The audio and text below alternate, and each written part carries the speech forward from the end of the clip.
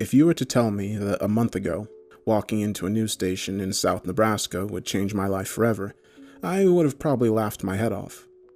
I had rode the bus up from the state line on a Monday, based off a bland newspaper ad no bigger than a baseball card.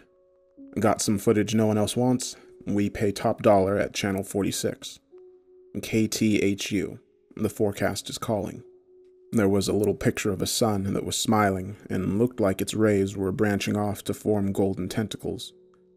Below that was a phone number and an address at some place called Emerald Bay, Nebraska. Something about it felt off, besides the obvious, like someone had placed it there for me to see. See, since I was a little boy, I have always had a fascination with the elements that I can't really explain.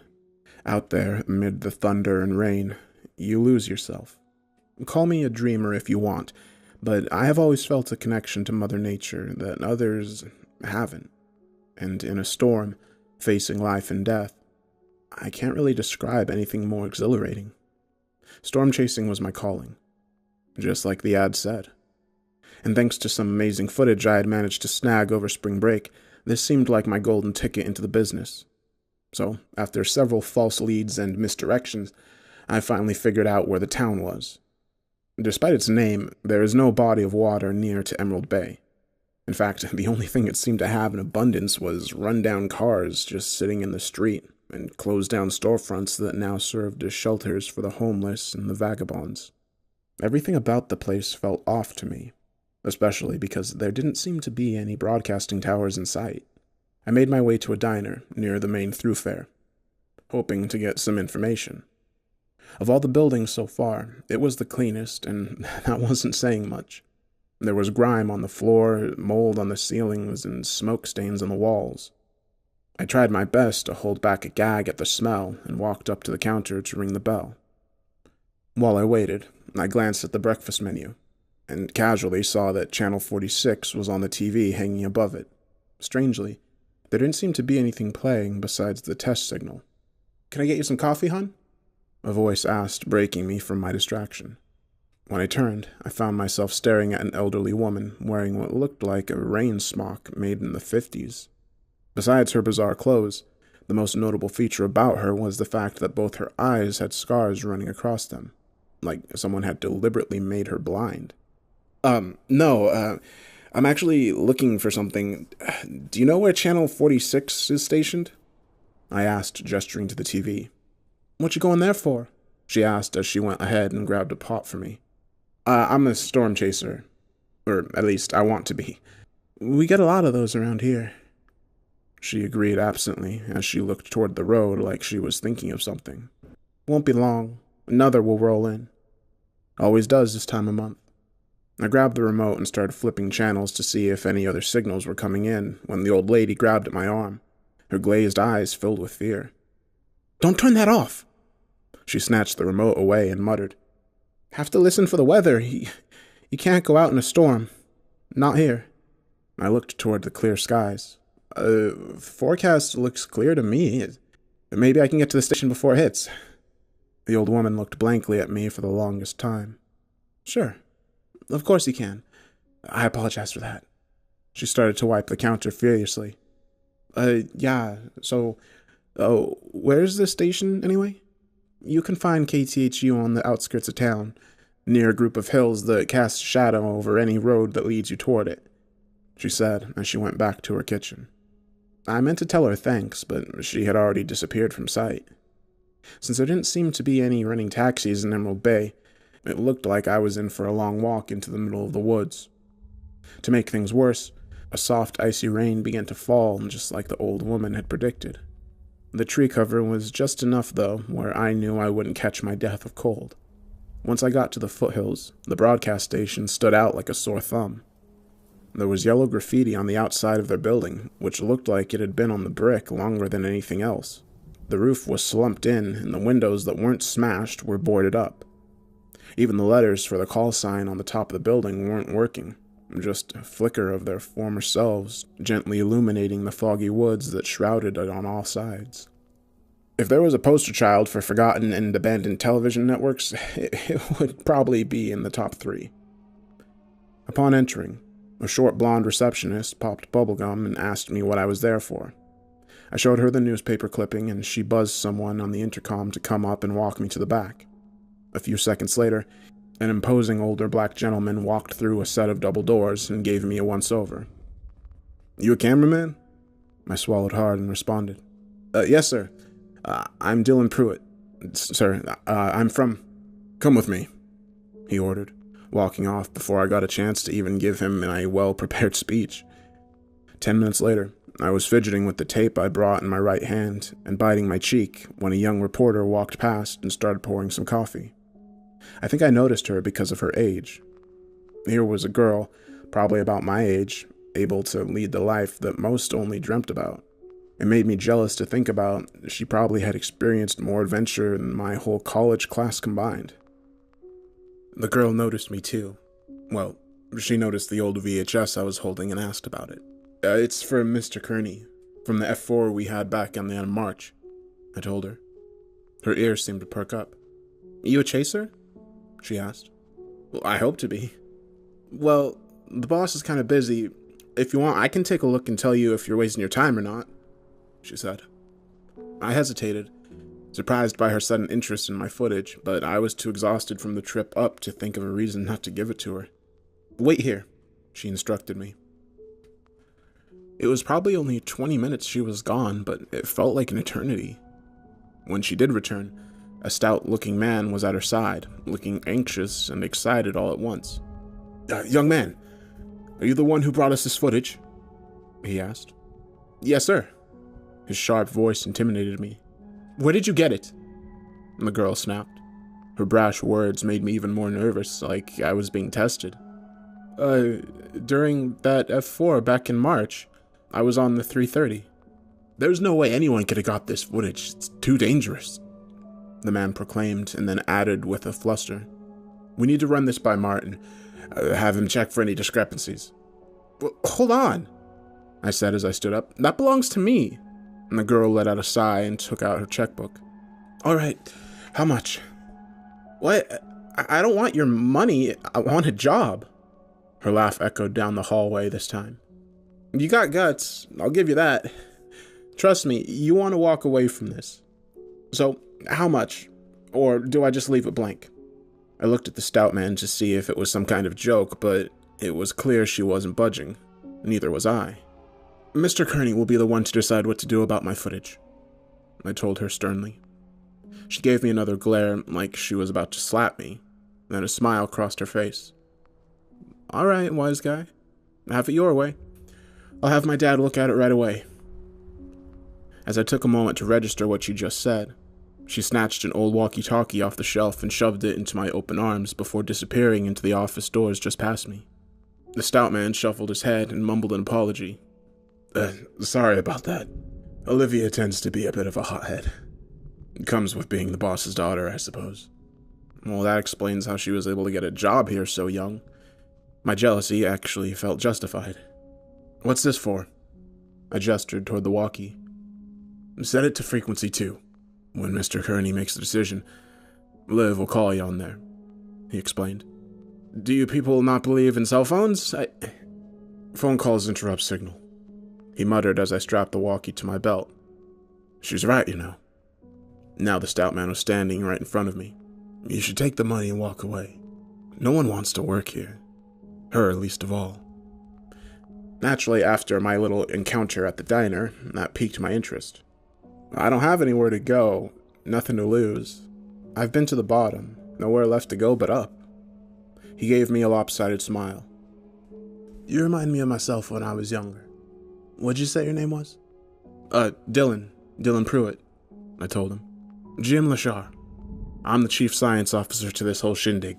Put her there," he said as he gripped my hand and shook vigorously. It felt like he was going to rip my arm off, to be honest. Once he was done, I stretched my hand a bit. I decided to start asking questions of my own. "How long have you been with Channel 46? Probably 9 years now. Since Liv was a teen. Or maybe she was 10. It's kind of hard to remember. I still can't believe we've been in the business this long," Jim answered. "You like the job? That's a joke, right?" Have you looked around, kid? This place is a dump. We're the rejects. From the looks of you, you'll fit right in. That made me look down at the carpet in embarrassment. Jim rubbed the back of his neck as though regretting his words, and then glanced towards the office door. Look, they'll be in there for a while. Mr. Kearney is very particular about this kind of stuff. Why don't you go get some rest? My face was red now. I don't have anywhere to go. Oh, shit. Sorry. Jim mumbled something under his breath and reached into his pocket to give me a wad of cash. Take this. It should be enough for the motel. Just then, the black man I met earlier stepped through the doors, wielding a camera on his shoulder and some sort of spherical metal object under his arm. Hey, Martin. You about to head to meet Caleb? Jim asked as he walked past us. He paused in irritation, clearly having other things on his mind, and muttered, Kinda busy. What is it, Lashar? This young man could use a lift to Bad Moon Motel. Think you could help out? Martin shook his head and looked at me and then grunted. Storm's rolling in. Don't need to be going anywhere. The motel is still in the safe zone. If you leave now, you should be fine. Jim suggested. Both of them seemed to be sharing a private conversation silently as I stood there awkwardly. Martin sighed and pushed the back door open with his foot. All right, come on then. I jumped, said thank you to Jim one more time, and then ran toward the parking garage behind Martin. A few moments later, I was helping him put the equipment into one of their bulky vans. It had the broadcast logo on the side and was entirely painted a bright yellow, like a school bus. Aren't weather trackers normally painted white? I muttered as I got into the passenger seat. Anything about KTHU seem normal to you? I had to give him that one. The short drive to the motel was filled with awkward silence, except for the occasional bump in the road and a rumble of thunder. It felt longer than any leg of this journey had so far. Finally, he slammed the brakes in front of the cheap motel on the outskirts of town. This is you. Thanks. I guess I'll see you in the morning? Before I stepped out of the van, Martin grabbed my arm and made me look him dead in the eye. You're really set on joining our crew, huh? Well, I wouldn't have come all this way just for a few bucks, if that's what you mean. Can I give you a piece of advice? He asked. He didn't sound as mean anymore. It almost sounded like he was genuinely concerned. If you're gonna tell me to ditch town, it's not happening. No, you're too stupid to listen to common sense, but maybe you'll hear what I got to say about the storms in these parts. I turned toward him, excited to hear more. Well, I heard the weather can be pretty wicked. Hailstones the size of golf balls in the spring, tornadoes in the summer. Honestly, it sounds right up my alley, pun intended. You haven't heard shit. The storms out here aren't normal, son. You know why you couldn't find Emerald Bay on the map? Because people who come here die. They die, and it's always for the same reason. The storms roll in. They bring something sinister with them. He had a wild look in his eye that reminded me of the lady in the diner. It was enough for me not to question his word. There'll be one tonight, so listen close if you do want to live. You're gonna go inside your room, lock the door, close all the windows, and don't come out until it passes through. That's important. No matter what you do, don't go out in the storm. And for the love of God, don't look at it. You hear me? I nodded frantically as he pushed me to the curb and added, one more thing. Keep your TV on channel 46, no matter what. A little voice in my head told me he was trying to scare me. After all, if he's the veteran cameraman of the crew, new blood like me might be considered a threat. But another voice, nagging at the unease that I had felt since arriving in Emerald Bay, told me to listen. That voice grew louder when I walked to the motel office, and found that the young man running it had the same scars on his eyes as the woman in the diner. You looking for a room? He asked pleasantly. Yeah. Cast your card, he asked as he took out an old ledger from under the counter. There weren't any other names on it. Cash. I brought 40. Despite his disability, he was able to take out the exact change I needed from the register and then passed me the correct card. Number 11, on the end. Enjoy your stay, he told me. I spent the next 2 hours looking out toward the town and seeing the storm clouds grow bigger. It did look pretty deadly, and Martin's words kept ringing in my head. Despite my better judgment, I went ahead and closed the blinds and locked the door. Then I found the TV remote and switched it over to channel 46. Once again, nothing besides the test signal came through, and it was so loud that I immediately reached for the dial and switched it back off. Over the next few hours, I tried to get some sleep, but I've always been something of a lightweight, and as the rain started to get heavier, I found myself instead listening to the beat down outside. Amid the strong rain, I heard what sounded like shrieks. It was this low, guttural noise that a wild animal makes when it's beaten by a whip. That's the best way to describe it. Car alarms went off. Rumbling noises and tremors shook the motel like a leaf. While distracted by the noise outside, I heard a raspy voice at my door and spun around to hear someone desperately trying to open it. Instantly, I leapt to the handle and pressed my body against it. "Who goes there?" I asked. "Let me in. Please. You have to help me." It sounded like an old woman. She was scratching at the wooden paneling, crying. I kept hearing the storm rage on. I hesitated. Something about her voice sounded off. "It's getting closer. Please. I'm begging you." She was trying so hard, I thought she might break the door down. "I'm sorry, but I can't," I told her. Suddenly, her desperate cries for help turned into outrage and feverish clawing. The door began to splinter, and I ran toward the dresser. It took all of my strength to push it, and even then I wasn't sure it would be enough to stall whatever was on the other side. I closed my eyes, listening to the thrashing and praying I made it through to the morning. Above me, the shrieks caused the electrical fan to short, and darkness covered the room. The wind was picking up, and the whole motel felt like it might cave in. Quickly, I snatched up the remote and used the light from the TV to see as she finally broke open the door. But what stood there was not a human being at all. Her lower body was stretching out like a snake, with long, jagged legs skittering inside as the storm raged louder. Just as she was on top of me, her mouth stretching open to reveal rows of tiny little sharp teeth, the broadcast from Channel 46 began to play. The snake woman stopped in her attempt to swallow me whole and hissed loudly as the signal grew louder. I kicked at her face and slammed what was left of the door shut on her as she slithered away. After another moment, the thunder stopped and the air outside began to fall silent. Until at last, nothing remained but that one high-pitched sound. I collapsed on the floor of my room, covered in sweat and confused. Then the walkie on my belt crackled to life, but instead of a voice, it was a series of chirps. It took me a minute to recognize the pattern. It's Morse code. Job is yours, if you still want it.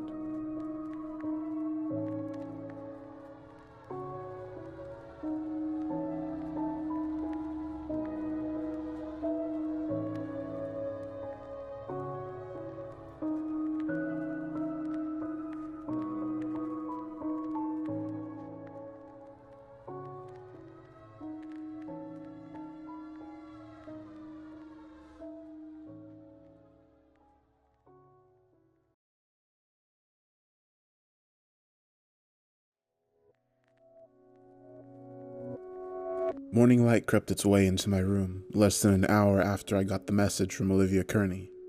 I probably stared at the note I scribbled for the longest time, though, trying to decide whether or not I was in or out of this mess. Then, before I knew it, there was another rap at my door. It's open. It's open," I muttered. Somewhere between the hours, I'd managed to stumble back to bed and get sleep. I heard the door crunch, and then the newcomer pulled at the blinds and made a loud popping noise right over my head. Shielding my eyes from the sun, I sat up to find myself staring at the young blonde from the station. "Rise and shine," she said, popping her bubblegum again and tossing me some clothes. "Take a shower and put those on. Meet outside in 10. After stretching and letting her leave, I took a minute to peek out of the blinds and see what sort of damage the storm had done to Emerald Bay. Much to my surprise, however, the ghost town looked no more desolate or run down than it had the day prior. It made me wonder if whatever I had heard and seen the night before was some sort of smoke and mirror set up by KTHU. Was the old woman an actor in on whatever scam they were pulling? The reason for this doubt is because before I came here, I can't say that I've ever heard of that call sign before. Just like Emerald Bay, it doesn't seem to exist anywhere, not even in the corners of the dark net. How did Channel 46 remain that much of a secret? after a quick shower. This doubt I felt that they were hiding something only grew when I saw the impressive outfitted Hummer the girl was driving. There was no way a place like this could afford something like that. Busy day today. Let's get a bite to eat before we head up to the station, she suggested as she revved the engine. I tipped my head to her with a polite smile. I don't think we've been properly introduced, miss. Natalie Costello, but you can call me Nat. Everyone does. Astronomer and mathematician. Welcome aboard, newbie, she said with a giggle and then sped down the road. How long have you been with KTHU? 6 months. Nice to finally have some new blood. I just hope you last longer than the last cameraman. That gave me pause. I take it you seem to have job vacancies often. Nick was good. I really thought he'd make it, she admitted as she turned the corner and started rambling. You know, the way I see it, the boss should be more open with y'all about what we're going up against. It's not like telling you is going to change nothing. She spat out gum and pulled up to the front of the diner. Man, nobody listens to me anyway, except for Martin. He still remembers what it was like before all this. I kept quiet, too afraid that if I interrupted, she might second-guess what she was saying, and walked inside. Unfortunately, my hopes of the conversation continuing were dashed to pieces when Natalie saw the diner was full of customers. All of them seemed to be of the same breed, long-faced, bulging eyes, and their skin showed signs of severe dehydration. Where do these people come from? I muttered, as Natalie grabbed my shirt and whispered, Stick close to me. We walked up to the counter and she rang the bell, glancing nervously up toward the TV monitor. It was blank. From the back, the old woman appeared and offered a blank stare to both of us. Morning, Maggie. Something wrong with the set? Natalie asked with a tense smile. Oh, storm knocked out the power. Must have blown a fuse, 'cause it hasn't been working all morning, she said dismissively as she got out her pen and paper and asked for our order. Natalie stood back up. You know what? I think we'll just take a rain check on that, Maggie. It's the new guy's first day, and he probably shouldn't be working on a full stomach. She grabbed my arm and turned to leave, bringing us face to face with one of the odd townsfolk. What's the rush? The fellow said with a wide grin. It looked unsettling. Stay. A second person insisted and pushed us both down on the shoulders. You can't leave. The first agreed. Natalie, what's going on? I asked, still trying to determine if any of this was real or not. Suddenly, others in the diner started chanting the same 3 words. Natalie reached into her purse and grabbed the keys. On the count of 3, we're gonna make a run for it, she told me. What? Their chanting was getting louder. 1. They were standing up and staring at us, looking dead-eyed. 2. Natalie, we should think of... Before I got the words out, she yanked at my hand and we dashed toward the parking lot. The crowd was on us, snapping their mouths like piranhas as we pushed to the door. Out in the parking lot, Natalie clicked the doors open and shouted for me to get inside. As I saw the townfolk begin to scramble out of the diner like a flood. I didn't have to be told twice. Cranking up the engine, Natalie instantly put the Hummer in reverse. Buckle up, she warned me. A few of the patrons from the diner were weaving their way into the road, but that didn't stop her. I let out a gasp as she plowed the vehicle into the first one and then picked up speed. I gripped the seat and looked back toward the pedestrian we had just run over, only to find he was already standing back up and staring at us ominously. There's a walkie in the center column. Switch it over to frequency 2, she ordered as she made the next block. I opened the middle console and reached for it. A burst of static filled the air as I saw more of them rushing toward us, faster than wild dogs. Nat, this is only meant to be for emergencies. That was Martin's voice. Martin, we're coming in hot. Get the garage open now, she ordered him. Shit, seriously? The man muttered as she stepped on the gas and passed from the city streets into the back roads. The strangers were still coming through, running down the trails like a flock of angry zombies, shrieking and hollering as I spotted the gate to the station. Hold on, Natalie ordered as she twisted the steering wheel hard. Another of the attackers knocked aside. We drifted straight through the old metal doors as she slammed on the brakes, and I heard the townfolk begin to beat down on the station, desperate to get inside. I fumbled out of the car and watched as they kept scratching at the metal with their bare fingers until at last, a strong deafening noise emerged from all throughout the station. The strangers began to thrash and bang their heads against the glass, angrier than ever before. Then they all collapsed onto the ground, writhing and shrieking mindlessly. Natalie grabbed my arm and pulled me inside as Martin closed the garage up completely. "What the hell, Nat? They almost breached us that time," Martin muttered as we walked quickly down to the control room. Jim was inside, handling the controls, watching the monitors as the group of 30-something individuals kept flopping about on the ground like fish out of water. I'm sorry, I went to grab Dylan. I thought we had time to grab a bite to eat," she said anxiously. "Goddamn girl. You know not to go out into town after a storm," the black man said as he paced the room and then turned to Jim. "Is it working?" "Give me a few more seconds," the stout man replied as he looked toward my face. "You okay, son?" Jim asked with a smile. I clenched my fist, looking from Natalie's pale face to Martin's stern one, and then muttered, "I would really appreciate it if someone told me what the hell was going on around here." A few seconds later, the townsfolk stopped shaking. Then I heard a door slam behind me, and Olivia entered the room. "That should be good, Jim," she said. The stout man reached towards the control panel, and the sharp noise stopped, leaving the room silent except for the awkward tension between the group. "What the hell happened?" Olivia asked. "It's my fault. I didn't know the power would be cut. I just wanted to grab a bite to eat."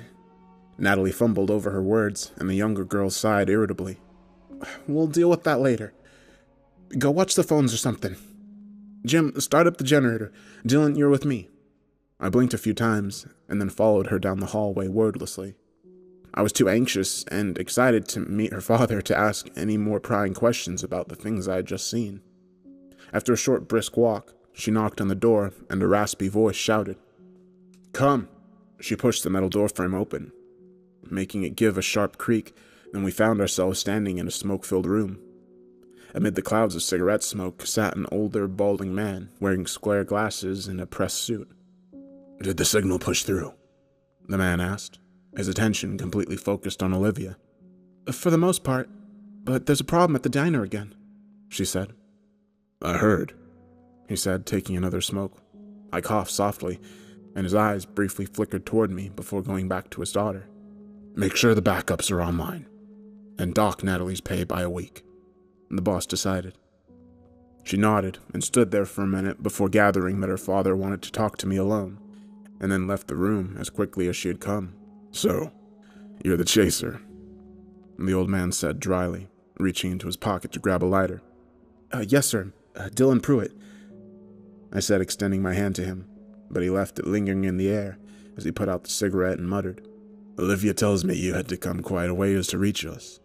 "I'm originally from Missouri, sir," I told him. "Well, Dylan Pruitt from Missouri, I hate to break it to you, but we're not hiring right now," he said. "What? But the ad..." "Said we were looking for footage, which we will compensate you for and give you extra to make it back home," he said as he reached for his checkbook. "I told your daughter I didn't want your money." "Maybe not, but I'll give that to you and something more. This contact information is the best way to get yourself a job at any news agency on the East Coast. You'll be able to pursue your dream of chasing death anywhere you want," Mr. Kearney said, sliding the info across the desk. I took a look at it, having no doubt in my mind that it was a legit offer, but instead I simply passed it back to him and replied, "I appreciate the offer, but after everything I've seen in the past few days, I'm afraid I'm gonna have to decline." He nodded absently, tapping the business card on the desk before commenting, "Who did you lose?" "I'm sorry?" "Nobody chases storms like this, except for one reason and one reason alone. You lost someone in a storm. Someone close." I opened my mouth to make a reply, but before I got the chance, another person slammed on Mr. Kearney's door. "Sorry to interrupt, boss, but I got a signal," Jim said as he cracked the door open. That was enough to make him sit up. "What? How?" "Martin's probe. Caught the tail end of it just outside the county line. Looks mighty promising," Jim said excitedly. Before Mr. Kearney had a chance to respond, his daughter pushed the door open and remarked, "Don't even think about it. We still haven't heard from Caleb." Who's Caleb anyway?" Who's Caleb anyway?" I asked, recalling the name as Jim spread a map out right in front of their boss. "It's all flatland out there. Should be a done deal. We could get in and out before anything went sideways," Jim insisted, ignoring my inquiry. "And who's going to be manning this little expedition, Lashar? You?" Olivia snapped. Jim rubbed the back of his head and muttered, "Look, Paul, we might not get a chance like this for a good long while. Me and Nat can watch the base. We can do this. We have to." "There's no way I'm leaving my father's life in your hands." "Enough," Mr. Kearney said sharply as he looked at the chart and then toward me. "You familiar with these roads, Pruitt?" I glanced at the map and nodded. "Yeah, I could get you there no problem." "What? You can't be serious," Olivia said as her dad grabbed something from under his desk, then leaned on it to stand up. It took me by surprise as I saw him lean against a crutch, then realized that his right leg was completely gone. "Martin will have his hands full with the camera, and I sure as hell can't drive," he said dryly. The old man tossed a pair of keys to me and remarked, "Congratulations, Mr. Pruitt. Looks like you'll get to chase that dream after all."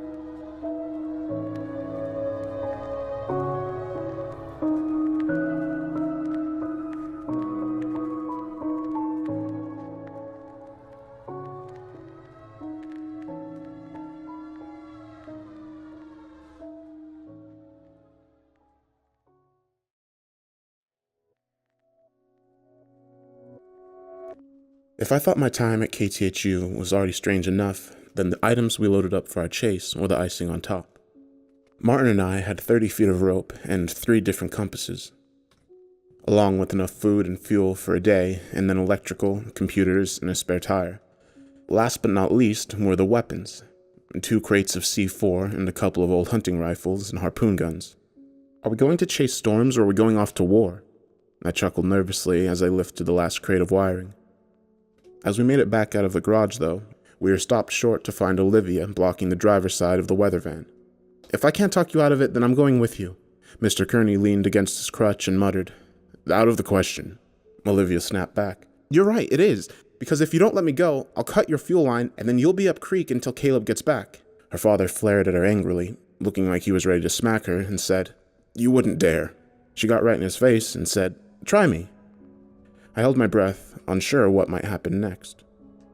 "Fine," Mr. Kearney decided as he took his crutches and slid them into the van as well. Then Martin helped him in and gave Olivia the stink eye as well. "Hold down the fort for us, Jim." Olivia called out to the stout man that was checking the garage door for any breaches in defense, and then we were off. "The quickest route is down the interstate," Mr. Kearney said as we got on the road out of town. "Bad idea. We should take the 515 and get us there in half the time," his daughter chimed in. "The 515 takes us out of the way," the older man snapped. Then they began to argue. "No, it doesn't. They've opened it back up." "How do you know? I was there a month ago with Caleb." "You went without me?" "Hey!" Martin shouted as we drove out of town. "I've got an idea." The two stared at him as we passed the motel. "How about we let the new guy decide?"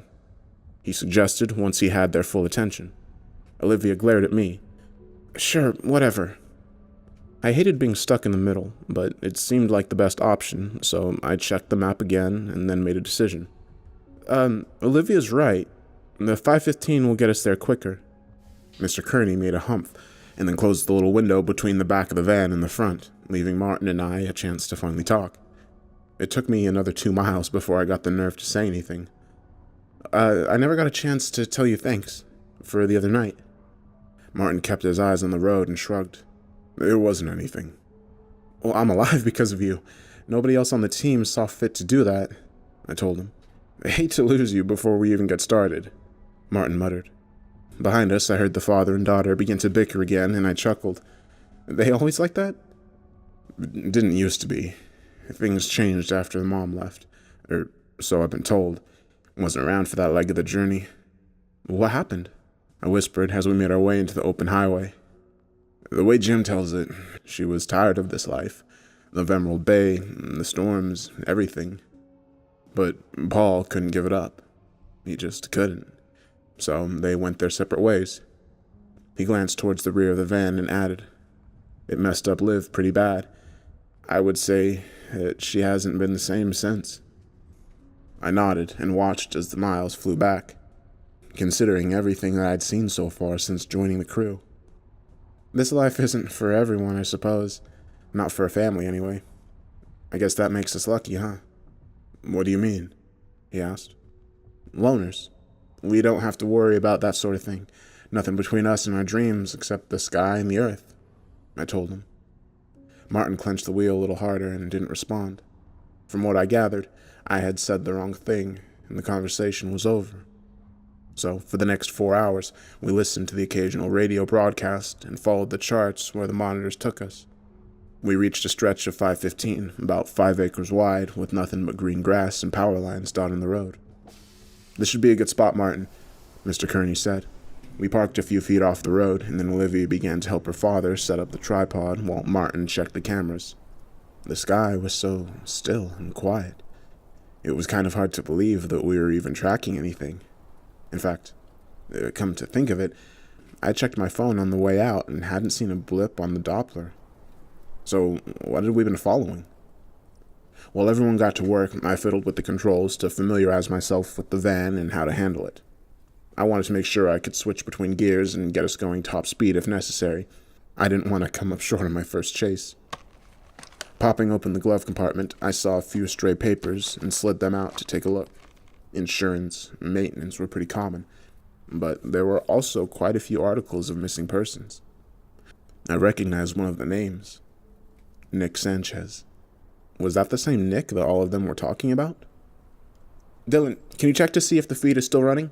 Olivia shouted to me, breaking me away from my reverie. I shoved the papers back in the glove compartment and nodded absently to her before giving the thumbs up. Then my eyes turned to the horizon, and I saw a rumble of lightning ripple across the distant clouds. "There she is," Mr. Kearney said excitedly as he adjusted the tripod.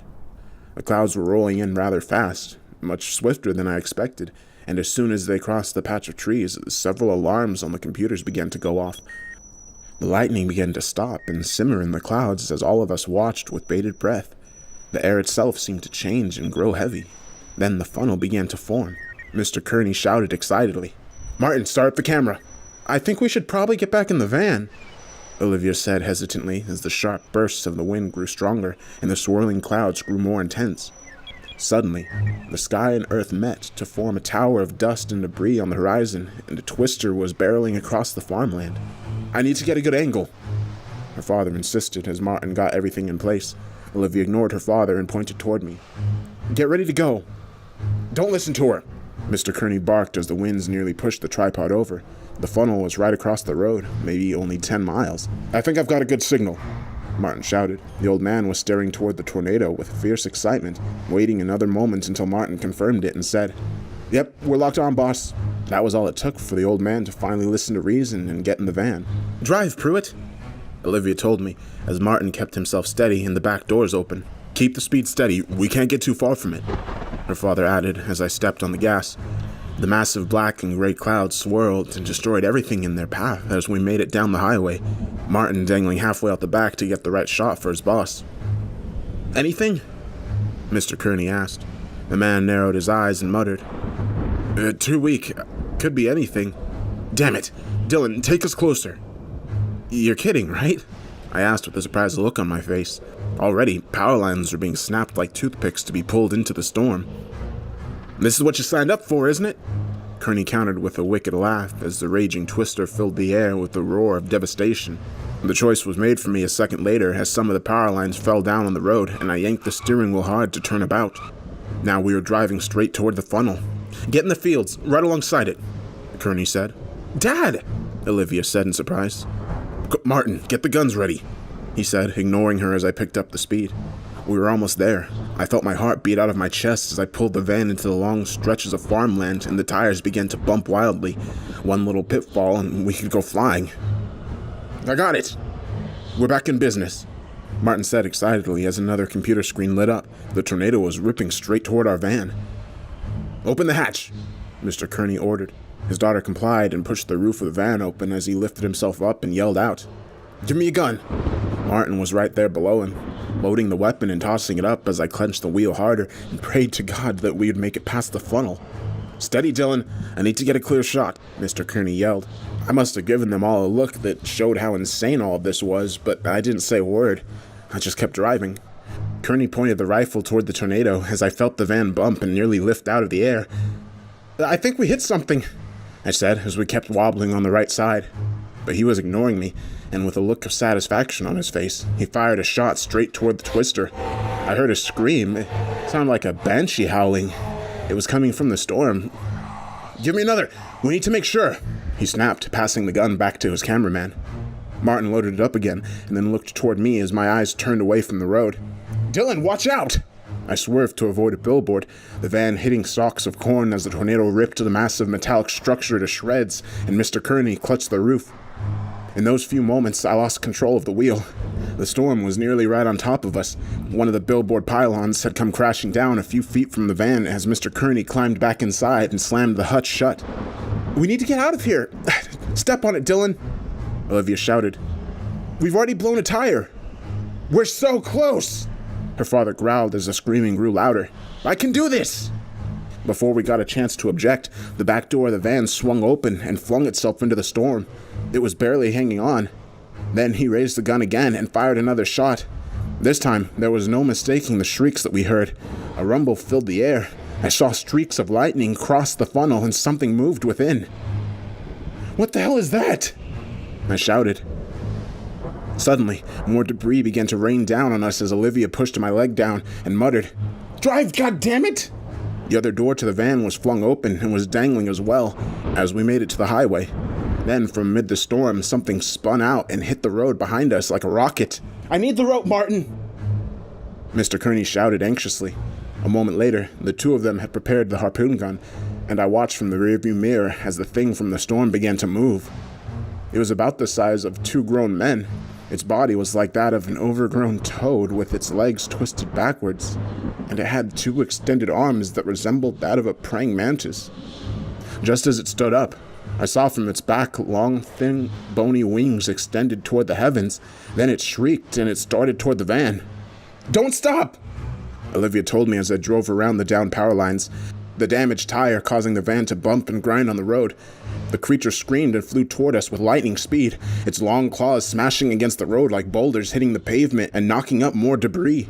Martin lifted the heavy harpoon gun and took aim. "I need you to keep it straight," he demanded. I clutched the wheel again, doing my best to comply as sweat rolled down my face. Suddenly, the creature was on the roof of the van, its claws smashing and thrashing at us like we were a tinker toy.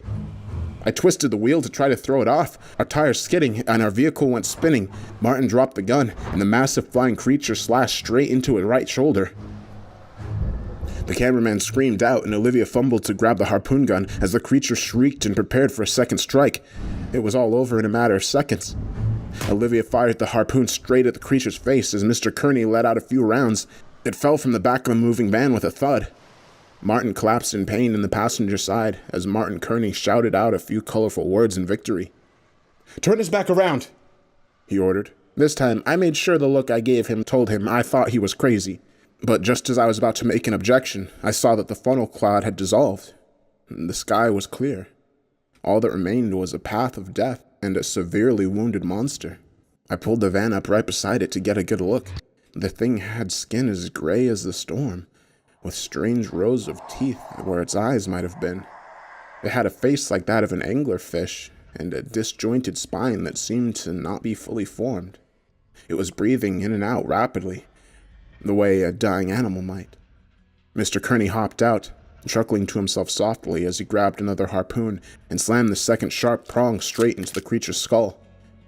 Once the monster lay still, he looked toward me and Martin and gave a nod of approval. "Wrap it up, boys. Time to go home."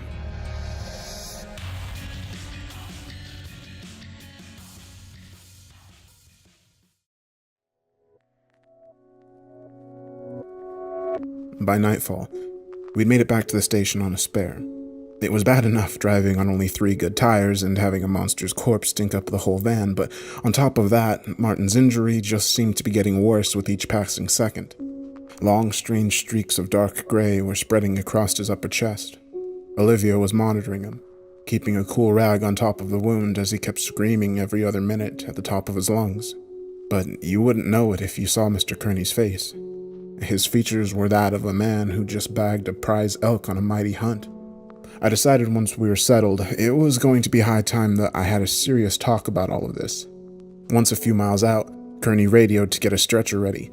Natalie and Jim were at the garage before we even pulled up.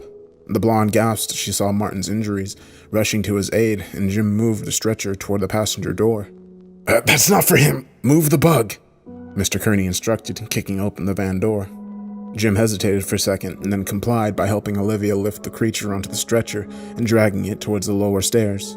Martin nearly collapsed, though, as he got out of the van, and Natalie and I had to use our combined strength to get him inside. I'll take him to the bunker, she offered. I nodded and followed the others up to the control room. 5 minutes later, Mr. Kearney had grabbed a bottle of bourbon from his office and a pack of Marlboros and was insisting that we needed to celebrate.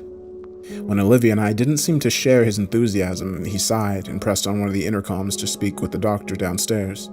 Is the specimen secure? There was a pause and then a sharp crackle. As good as it can be. I can start the examination immediately, Jim said. Good deal. Grab yourself a bite to eat and get to work, Kearney said before popping open the bottle and pouring himself a glass. Just as he finished, Martin let out another cry of pain that reverberated through the station, and I muttered, Maybe the doctor should focus on our living patient first. You should have a drink and relax, Mr. Pruitt. We owe this victory to your fine skills behind the wheel, the old man said. I appreciate that, but maybe it's time to start talking about the elephant in the room. Olivia took a glass from her father and downed it before remarking, I'm sorry, I thought this is what you signed up for. I slammed my fist down on the panels and remarked, I came to chase storms. You never said a thing about going out to bag and tag the damn Jersey Devil. Mr. Kearney chuckled. Settle down, boy. Settle down, boy. That made me more upset. I hopped up and snatched the drink out of his hand, getting right in his face. You're going to tell me exactly what's going on around here, and you're going to tell me now. The crack of a gunshot caused me to jump back as a bullet zipped straight through the short gap between our faces. I looked toward the stairs to see a newcomer standing there wearing a long duster and a low-brimmed hat. The gunswinger swirled his weapon in his right hand and then slung it back over his belt holster before walking down toward us. Olivia placed her drink down and shouted, Caleb! Oh, thank God you're all right! She ran up to the gunslinger and hugged his neck. He hugged her back and then marched up toward me, grabbing some cashews out of the little bowl beside me and crunching them. Beacon is in place, boss, he muttered as he quickly sized me up. Who the hell are you? I'm sorry, weren't you listening? Caleb Mitchum. Trapper, hunter, and all-around badass. He paused as he pushed me away from his employer and added, The bigger question here is who are you, and why is the great Paul Kearney putting up with your bullshit? Caleb, this is Dylan. He's our new cameraman. The old man gestured to me as the hunter grabbed another handful of snacks and walked toward a control monitor. He looked at one of the screens where Natalie was getting Martin rested and listened to the man scream before chuckling. I swear, I leave you for 5 minutes and the whole operation goes to pot, Caleb said. We got one, though. Jim started the extraction, Olivia said excitedly. Well, that's the first bit of good news I've heard. He agreed as I crossed my arms and growled, I'm sorry, but who is this guy? The hunter cocked his gun and rammed it straight under my Adam's apple. Are you deaf? He snarled as he backed me up against the wall and added, Then let me clarify again for you. I'm the one who has kept these people alive for the past 3 years. And you?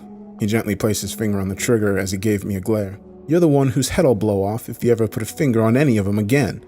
Are we clear now? I swallowed hard and muttered, Clear as crystal. Caleb held the weapon against me for a long moment and then laughed before turning toward the Kearneys. Now that we got that all cleared up, let's go see the bug, he said, clapping his hands together and moving toward the exit.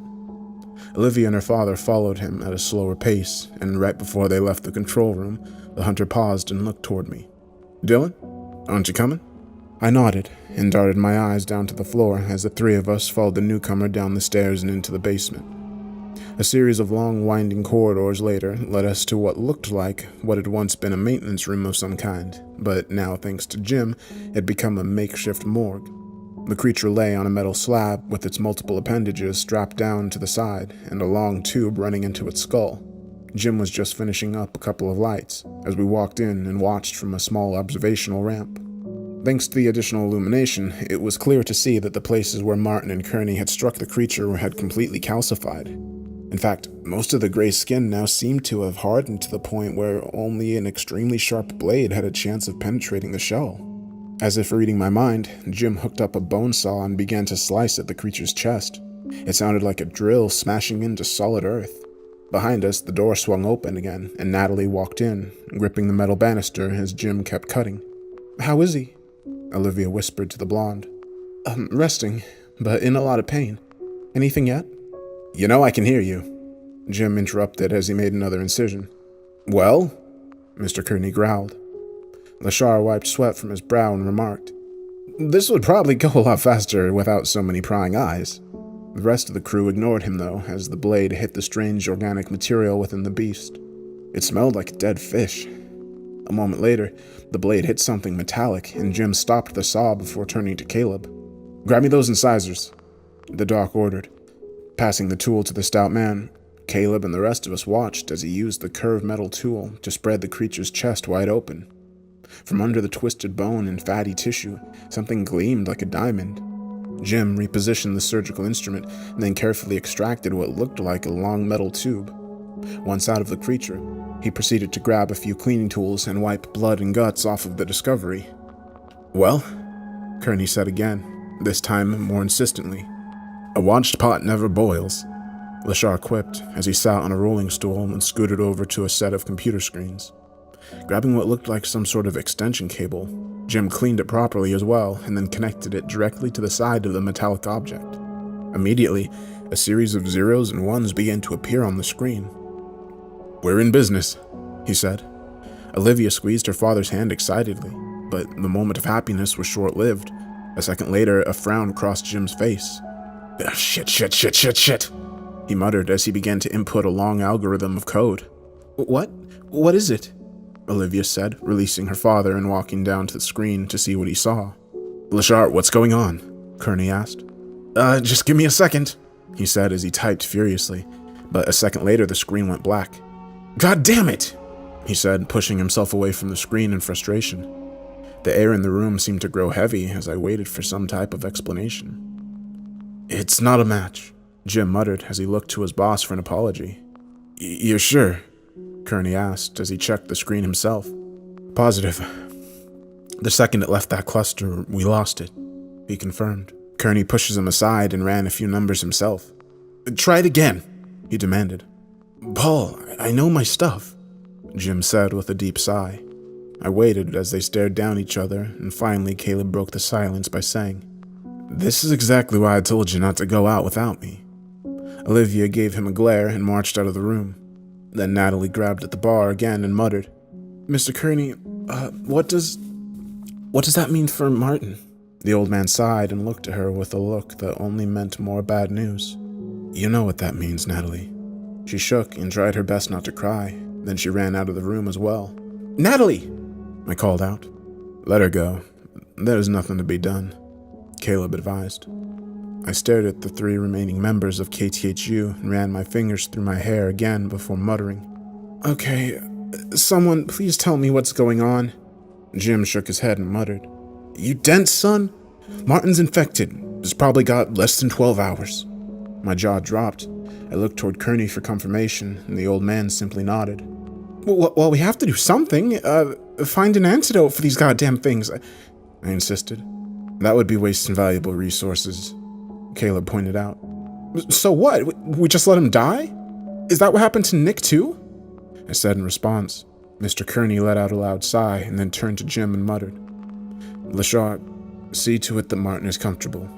He started hobbling up the stairs to me and I muttered, "Look, I don't care what your guard dog says. I demand an explanation for all of this right now." "I don't want to tell you again, boy," Caleb said, reaching for his pistol. Mr. Kearney waved his hand dismissively and remarked, No, it's okay. Dylan is right. I do owe him that much, all things considering." Caleb didn't seem to like that, but pushed the door open for his boss and added with an icy glare, "Fine, but I'll be joining you, so don't even think about losing your temper again." I sighed in relief and responded, "That's cool with me. Lead the way."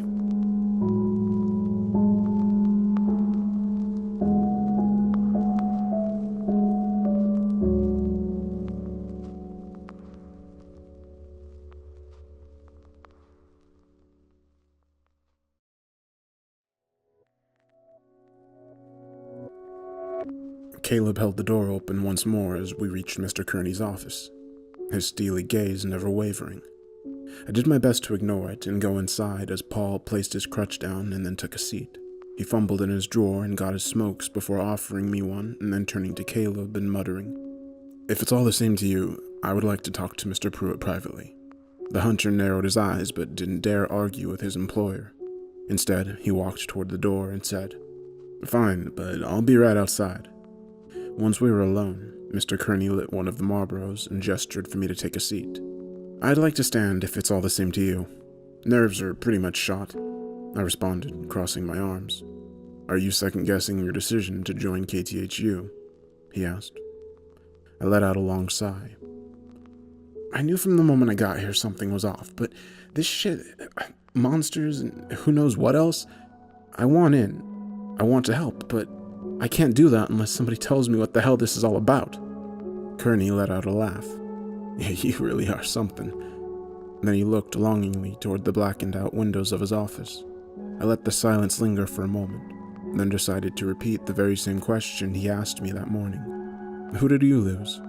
I knew the answer, but I still wanted to hear it from his own lips. He let out another puff of smoke before responding. "My wife, Renee Alistair Kearney. This would have been almost 30 years for us." This time I took a seat. "What happened to her?" "To answer that, I'll have to tell you everything I know about the storm. Why it is we do what we do," he answered. Then he proceeded to push aside clutter on his desk and reveal a map of the Tri-County area. I clung to every word he said. It was 1999 when we first encountered the storm. Olivia was no more than a few years old, still nursing. Back then, we were just like you, wet behind the ears and searching for a thrill. Storm chasing was Renee's idea, he explained as he pointed toward a red scrawled circle on the map. We found Emerald Bay by accident, followed a tip by a fellow tracker that said he'd seen lots of strange storms in this area. When we got here and checked our equipment, we started to think his claims were an over-exaggeration. It wasn't long after that we were proved wrong. Weather around here is unpredictable because it doesn't follow the rules of nature." He paused, staring me down before adding, "As you've seen, something else is at the heart of these storms. The creatures, I guessed, to which he nodded absently. Of course, we didn't know it back then. That first storm nearly killed us. We had to run from town with barely the clothes on our backs. Having an infant only made things worse. Those beings, whatever you want to call them, could track us for miles. That was how we stumbled upon this place." He gestured about randomly and added, "Scrambled inside and managed to turn on the signal. It was the only thing that saved our lives." "Hold on, are you telling me that this station was already here? How long has KTHU been here?" I asked in surprise. It's hard to say, but when we checked the broadcast, the last one was from July 12th, 87. Mr. Kearney said as he lit the next cigarette and scooted his chair over toward a safe that was hidden behind a bunch of other clutter. He opened it up and tossed me a VHS tape with that date on it. "What's this?" I asked as I noticed that it didn't have any other marking. "That is what happened to the crew before us," Kearney said, and then gestured toward the old TV set on the left wall. I walked over to it and inserted the tape, waiting as the grainy images appeared. Several people were appearing on what looked like a closed-circuit network. There wasn't any sound, but it was easy to see what was happening. The station was being invaded by those strange creatures that held human skin over their bodies like a coat. Their eyes were glowing amid the static as the crew did their best to fight them off, but it wasn't enough. The maddened creatures ripping them to shreds like paper. It wasn't long until none were left standing and the screen went dead. The same proved true of every last tape we found. All of them were gone. Kearney told me and then laughed. "What?" "I almost forgot. It's been so long. There was one survivor. You've already met him." I paused and then remembered a few choice words spoken to me when I first arrived. "Jim? But how?" I asked. Kearney shrugged. Lashar was barely cohesive, his spine bruised in 3 places and babbling like an idiot. It took a few days before he finally recovered, and once he did, he hardly had any recollection of what had happened. I scratched my head and realized that explained why the whole place had so much wear and tear. "So you decided to take up the call and do what? What exactly does this station do?" As I'm sure you must have guessed, we learned pretty quickly that the signal that tower emits causes a paralyzing effect on the creatures that masquerade in this town. Jim knew little else except that the broadcast couldn't be interrupted. Naturally, we wanted to leave, but there was a problem. During the initial attack, Renee was attacked. Jim said it was an infection and she wouldn't last long if we didn't do something. He said solemnly, "That's exactly like with Martin. Why didn't you say anything earlier?" "Because it wouldn't make a difference. My wife got lucky enough, we acted quickly." Paul snapped back. "What do you mean that it wouldn't make a difference? Tell that to Martin." "The only way to starve off the infection is by capturing one of those things alive. I swear, we almost lost her anyway." Kearney looked away and then muttered. "After that, we discovered the connection between the monsters and the storms, and as dangerous as it sounded, we decided to start tracking it." "And that's all you know? That's all you need to know," Kearney said firmly. "The only thing we can hope for now is that Martin goes peacefully," the old man declared, darting his eyes away. I slammed my fist down, forcing him to keep his attention on me. "You know, I think I've figured out the real problem here. It isn't that these monsters are too dangerous, it's that you've given up the fight before you even got started. Just because your wife died doesn't mean all hope is lost." "Don't dare lecture me about things you hardly understand. You've been here for 3 days, and this station has been here for 30 years. It knows things you couldn't even comprehend." Kearney snapped back. Caleb was at the door, overhearing our outbursts. "I told you to keep a level head," the hunter warned. "Shut the hell up, you're just as bad as him." "Dylan, I understand what you're trying to do. You want this all to be wrapped up nicely and have a bow on top, but that isn't how the world works. Monsters or not, people die," Kearney told me, and then sighed and said, "I'm done talking for now. We need to rest and recover before the next run." I looked at him in disbelief and growled, "You haven't answered all my questions yet." Caleb stepped in between us, his hands level with his belt as he muttered, "Maybe you didn't hear, but the boss said he was done talking." I gave them both the stink eye. "This isn't over," I added, and then walked out, frustration and anger filling my every thought. It was sickening to think that they would just let one of their comrades die when there might be a chance of saving them. I walked to the first floor, pacing back and forth randomly as I tried to think of a solution. I came across the vending machine and used it as an outlet for my emotions, kicking and slamming my fists against the old machine. "And took your money too, huh?" a voice said to my right, startling me. I looked over to see Natalie there, her eyes puffy and red from the tears she had shed. I gave her a half-hearted smile and said, "I just needed something to hit." She nodded, slumping against the wall and muttering, "I guess I should give that a try sometime." I nodded, standing alongside her and muttering, "How's Martin?" Natalie looked away, clearly not wanting to talk about it. "It doesn't look good," she said finally. "You two are pretty close, huh?" "He saved my ass more than once. I just wish I'd been there. Mr. Kearney says I'm not cut out to be a field agent, but I know that if I'd been there, things would have turned out different," she lamented. I didn't know what to say or how to make her feel better, so instead I gestured toward the large syringe she was carrying. "That for him?" "Yeah. Would you believe this shit is enough to knock out 3 full-grown men? Jim gave him a dose about 19 minutes ago, and it's hardly even making a dent," Natalie said with a hollow laugh. "It's just going to get worse, isn't it?"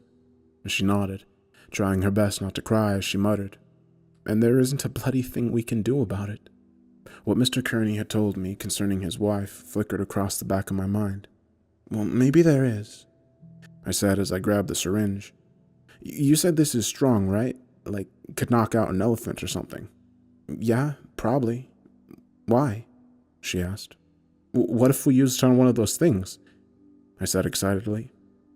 Natalie didn't seem to follow, her face a mix of confusion.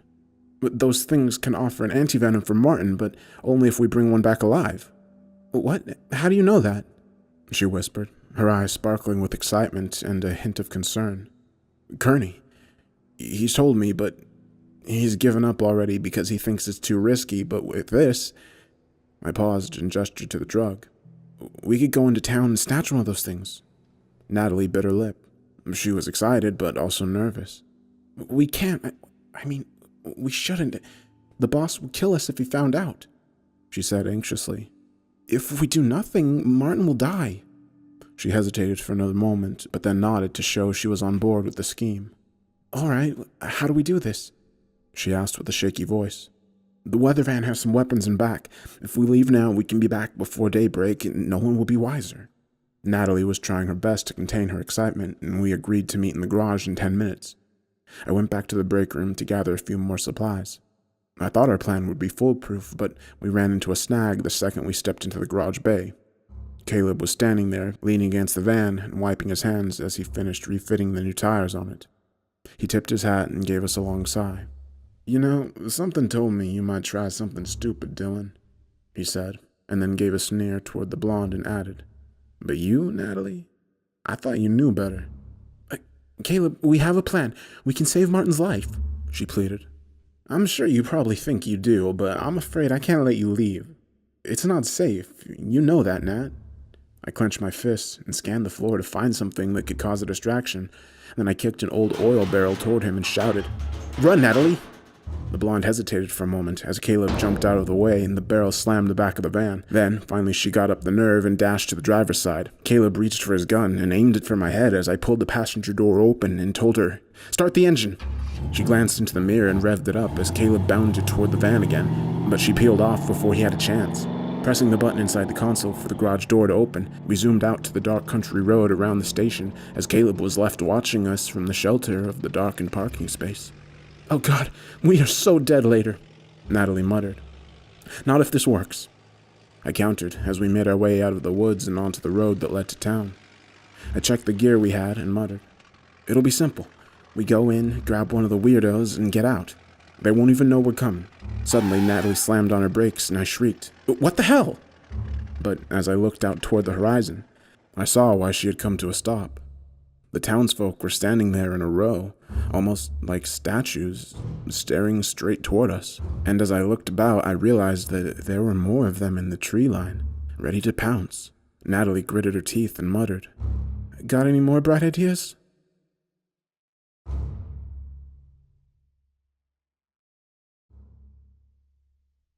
There had to be at least 50 of the bizarre people standing in our way as Natalie and I tried to decide what to do next. We should go back to the station, she muttered. A soft, brisk wind was picking up. We can do this. Remember, we only need one, I told her as I gestured toward the main thoroughfare and declared. That path should take you straight through town. The motel has a feed that connects to KTHU. If we can lure one of them there, we can use the signal to paralyze them. You make it sound so easy, she said dryly as the group of townfolk began to advance. We can do this. Just don't stop driving, I told her as I got one of the guns loaded and added. I'll watch the back. Natalie gripped the steering wheel a little more firmly as the wind picked up and I heard a crackle of thunder cross the sky. Another storm was beginning to brew. We needed to act and act fast. Shifting back to first gear, the blonde let the tires spin for a second and then accelerated head-on to the line of people. Our speed kept climbing as the line simply stood there, staring oddly at our vehicle like it was something that they'd never seen before.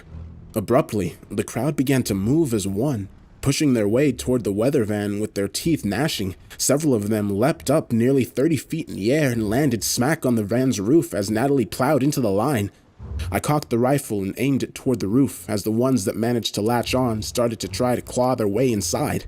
I let the first round out, blasting a bullet straight through the old man's skull as he shrieked to claw at me. Then Natalie turned a corner and the next two fell off. It wasn't over yet, not by a long shot. More townsfolk had gathered as we drove down the main street toward the motel. It actually surprised me to see so many of them there. Had they all come with the storm? Several skittered across rooftops and buildings almost like roaches. I pushed myself up to the roof to take aim and keep the van safe. Reloading the rifle, I fired another shot as one of the jumpers flew across the town square. We're coming up on the motel, Natalie said. There were at least a dozen younger athletic men waiting that stood in our way. A glance at the speedometer told me that we had already reached 55 miles per hour, but the way these newcomers were looking, something told me that it wouldn't be enough. Give it all she's got, I told Natalie as I fired a shot at the closest male. The bullet didn't even seem to faze him. 75 miles per hour. We slammed hard against the row of dangerous townfolk like they were a brick wall. I fell to the floor of the van, the rifle sliding out into the parking lot. In a matter of seconds, they were on us. One male reached with his muscular arms and tried to pry the back door open as I stood and kicked him off. Then I grabbed the other gun and told Natalie, "Stay here." I aimed the weapon straight at the next attacker's skull, his guts splashing everywhere as the blonde shouted for me to stay put. Instead, I made a run for it, pushing my way to the motel room I'd stayed at a few nights before. They were right behind me, screeching like banshees and clawing at the ground for any chance to hook me.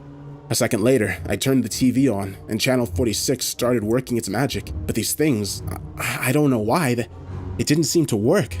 They were affected by the strong noise, but it still kept coming. I fired at the next one to try to enter the room as Natalie turned the van back around. I only had 6 bullets left. I raised my weapon and fired again, and then heard the most peculiar horn in the world. It sounded like a jingle of some kind. The creatures heard it too, and the group moved to see where it originated from.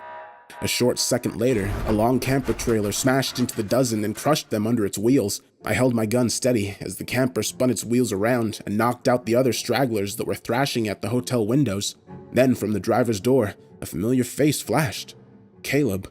He hopped out and went to check on the weather van first, grabbing his tow line and muttering under his breath as Natalie tried to apologize. "You can save it for when we're back at the station," he snarled as he checked the tires and then hooked up the cables.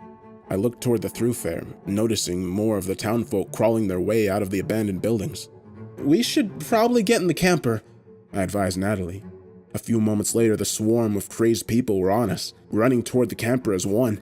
Caleb took out his twin pistols and began to fire as he climbed back into the driver's seat and shouted, "Hold on to something." The long trailer jerked backwards, a few of the townsfolk bouncing off the windshield like bugs as we drove in reverse down the highway. The weather van lurched and moaned against the road as it was dragged down the street. Caleb shouted instruction to us as more of them latched to the side of the trailer, banging repeatedly on the metal.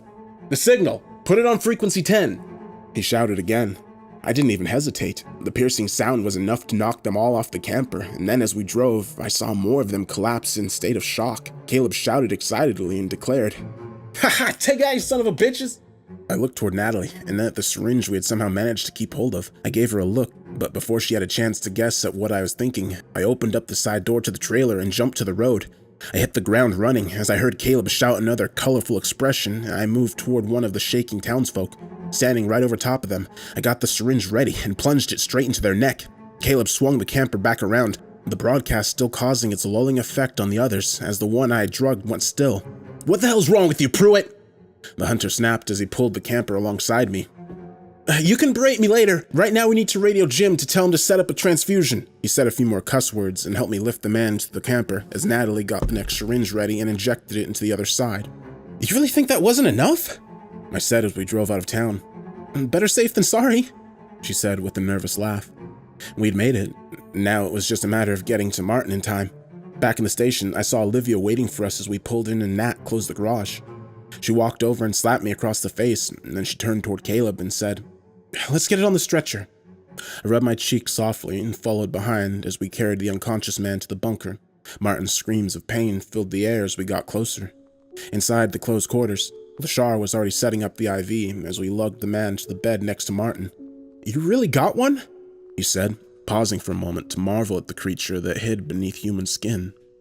Doc, maybe we could speed this up?" I suggested. He nodded and got to work, setting up a pick line in the creature's neck. Natalie was biting at her nails as Martin kept screaming. Caleb and Olivia lingered near the door, unable to watch. The cameraman writhed and screamed even louder as the transfusion began, a slow drip of the creature's blood pumping into his own. "You really think this'll work?" Natalie whispered. "It has to," I said, taking her hand and squeezing it as Martin kept begging for death. An agonizing 13 minutes later, we could see the first signs of success.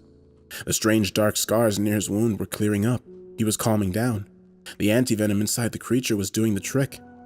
I told you! I said excitedly, and then noticed that Olivia had left the room. Caleb was still there, though, looking no more happy than the minute he'd met me. "Congratulations. Looks like he'll live to fight another day," he said, tipping his hat and departing. Was that his way of saying job well done? It was another 6 before Lashar confirmed it. "He's gonna still need some rest, but I think he'll make it," he said. Natalie leapt and cried excitedly, hugging at me and then rushing to Martin's side. I smiled, pleased with the good deed, and after another moment, let them have their privacy. I wandered the corridors of the station for a moment, still feeling my heart pumping loudly from the rush we'd experienced in town. I wanted to go find Kearney, rub it in his face that I had proved him wrong, but instead I found myself going to the roof.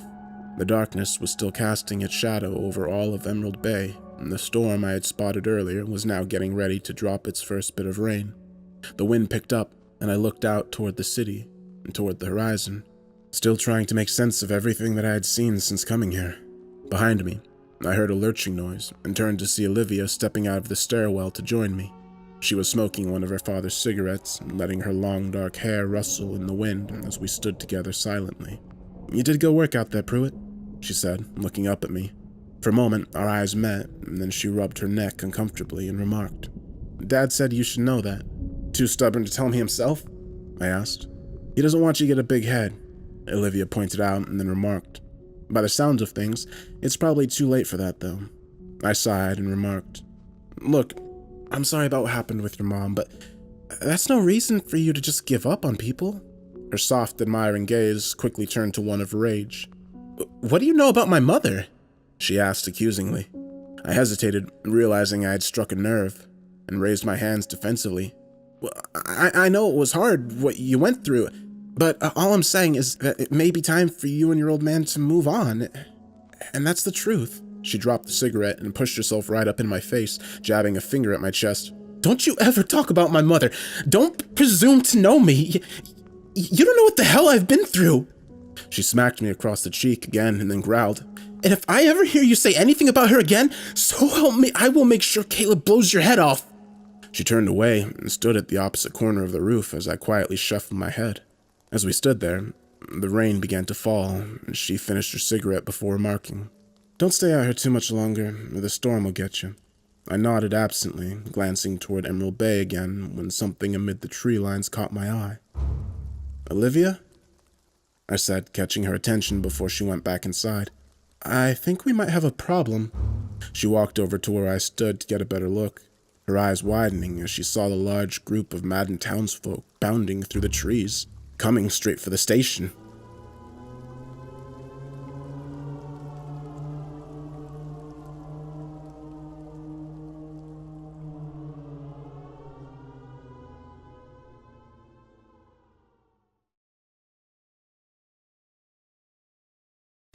Shit.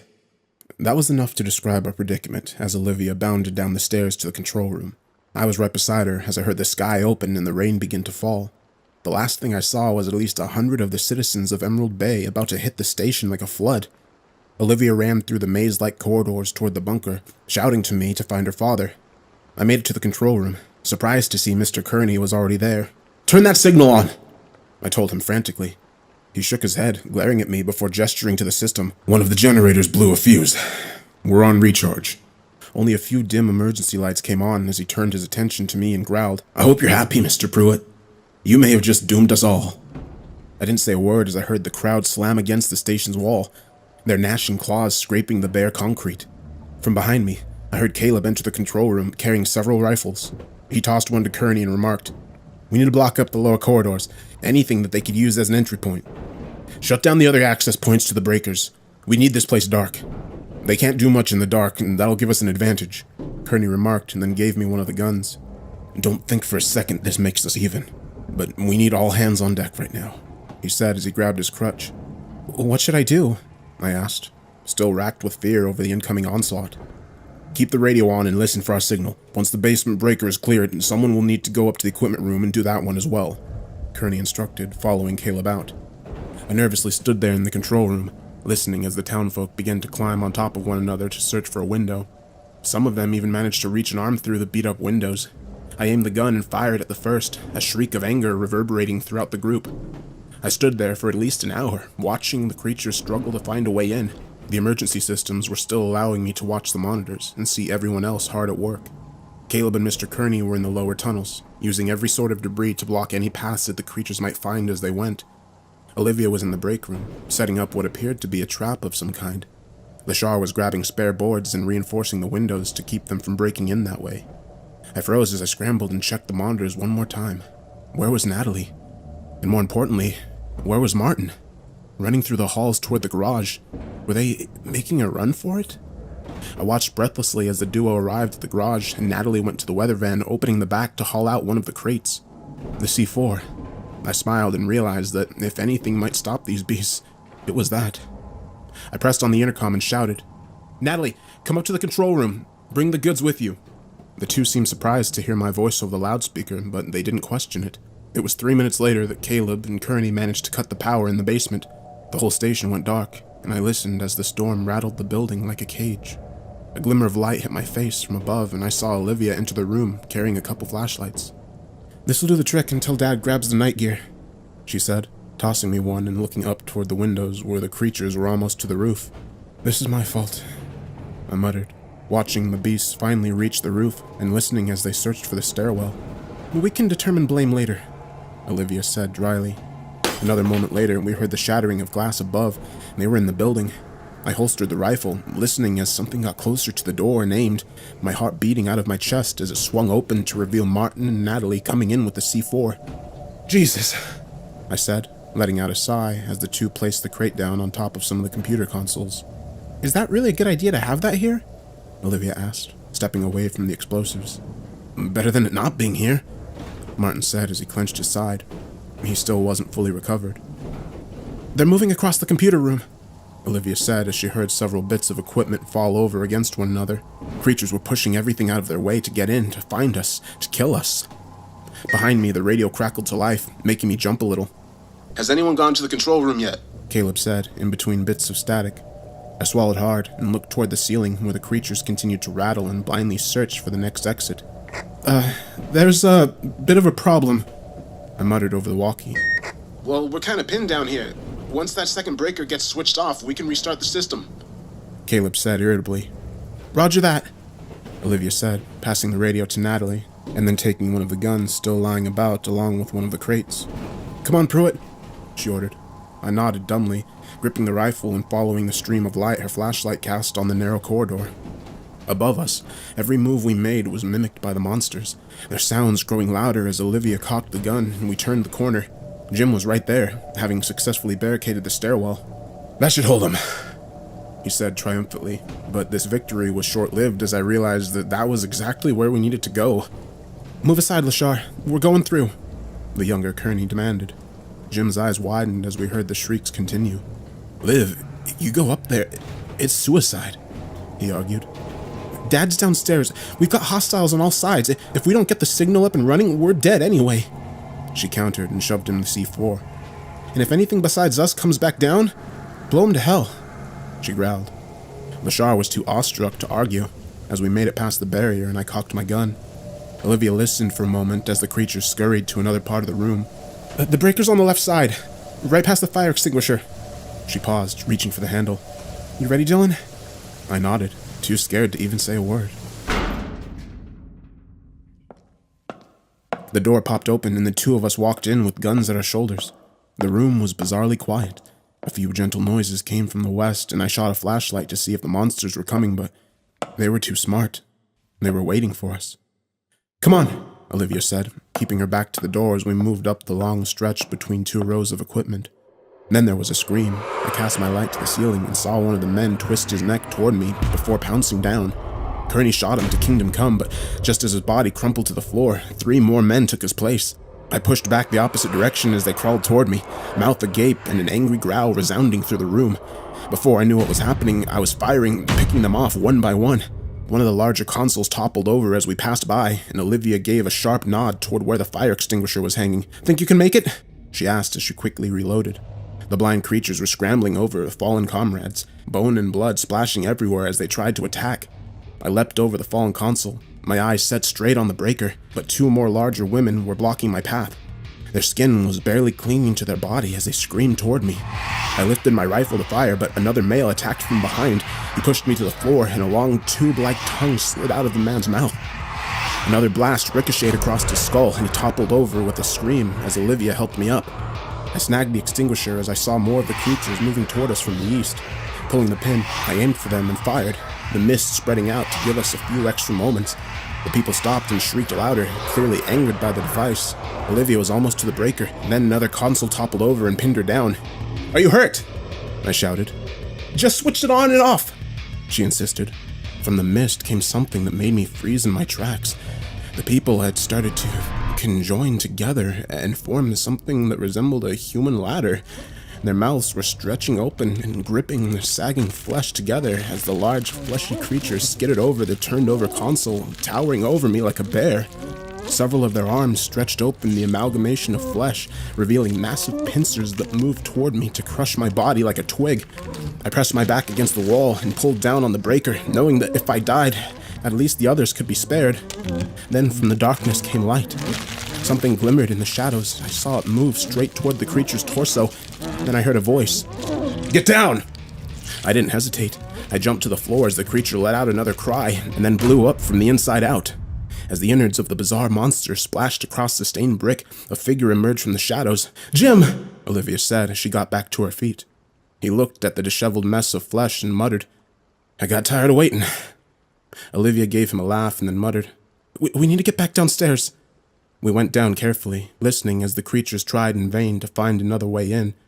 "Give the word over the intercom and I can throw the switch," Jim told us. Kearney's daughter gave him her rifle and we left the way we came in. Once in the control room, Olivia was about to give the word to radio her dad, when both men noticed that Martin was nowhere to be seen. Natalie was in tears, gripping a chair as we went down the short flight of stairs. "What's going on? Where's Martin?" I asked as Olivia snatched the radio and called to the basement. "Dad, we're ready when you are," she said. I focused my attention on Natalie. "Natalie, look at me. Where's Martin?" He said that it wouldn't stop because they were after him. Even with the signal up, he said that this was the only way," the blonde girl said. A second later, Olivia gave the word over the intercom, and we watched as the power came back on. My eyes scrambled to the monitor. I didn't see the cameraman anywhere inside the building. "He's on the roof," I realized. I rushed back upstairs, calling out to Olivia. "Start the broadcast. I'm gonna go stop him." I don't think I've ever ran that fast in my whole life. The sky was still storming as I reached the exit and spotted Martin looking toward the edge in a rain smock. I moved to leave the stairwell, but one raindrop nearly caused my arm to swell up. "Martin!" I screamed, desperate to get his attention. He turned toward me, the storm howling louder as the broadcast tower came to life. Channel 46 was back on the air. "Go back inside, Pruitt," Martin declared. "Not without you," I insisted. I didn't care about the dangerous rain. I stepped out and cursed softly as the burning storm hit my arms and neck. "Damn it, Dylan! Go back!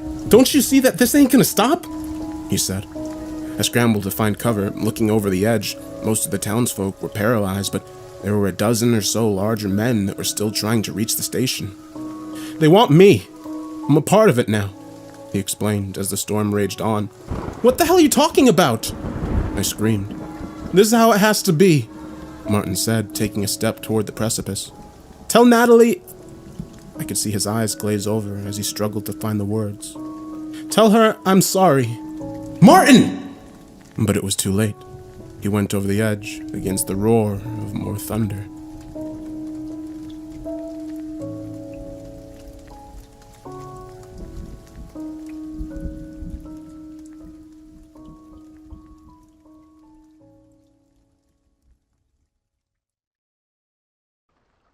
For the next hour, we hunkered down inside the station and listened as the stronger creatures tore Martin's body apart like it was a chew toy. Kearney insisted we cover the monitors so we didn't have to see the carnage play out. Still, with each passing moment, the rain pelted the building. The wind howled, and then, at last, it was over. In the morning light, we gathered to give the cameraman a small vigil. I wanted to go out and see if anything was left to bury, but Olivia said it wasn't safe. So, instead, we gathered some of the corpses of our enemies and made a bonfire in the garbage. None of the crew really had much to say. It was just a moment of silence. I didn't know him well, but I had to admire and honor his sacrifice. But some of what he said still lingered in my head, and as Jim bandaged the wounds I'd gotten on my arm, I reflected on those words. What did he mean when he said he was part of them now? I whispered. Lashar gave me a look, but didn't respond. I turned to the others for an answer, and Olivia muttered. He was infected. I nodded, recalling that was the reason her father had been reluctant to even help the cameraman, but it still didn't answer my question. The signal didn't hurt them either. What was up with that? Is this really the time for these questions? She sighed irritably. What? It's distracting me. That's how I cope, I muttered as I watched Jim finish the last wrapping. Nobody said a word, so I decided to turn the topic back over to retrieving his body. It isn't right just for us to leave him out there to rot, I insisted. That's what he would want, Caleb commented. You can turn off the broadcast, Jim. They're done hunting for now, Kearney remarked. What provoked him anyway? Caleb rolled his eyes. Oh, I don't know. How about the fact that you snagged one of them and brought it back here? I felt my mouth go dry and had nothing to say. I had feared that was the case, but hadn't wanted to be confronted with those facts. We made it out of town. We were in the clear, I said. I told you they could track for miles, but this was more than that, Pruitt. You took what was theirs. They only acted on instinct to get it back. Natalie was doing her best not to cry, both of us feeling like fools for endangering everyone with our foolish behavior. What are these things anyway? I muttered. Kearney sighed and lit a Marlboro. Think of them as a colony of ants or bees. They act as one, using frequencies that help them coordinate, strategize, and ultimately attack, he explained. A colony? So, the ones we've seen so far, they're like the drones? Kearney nodded and gestured toward the dim light that peeked through the shattered windows.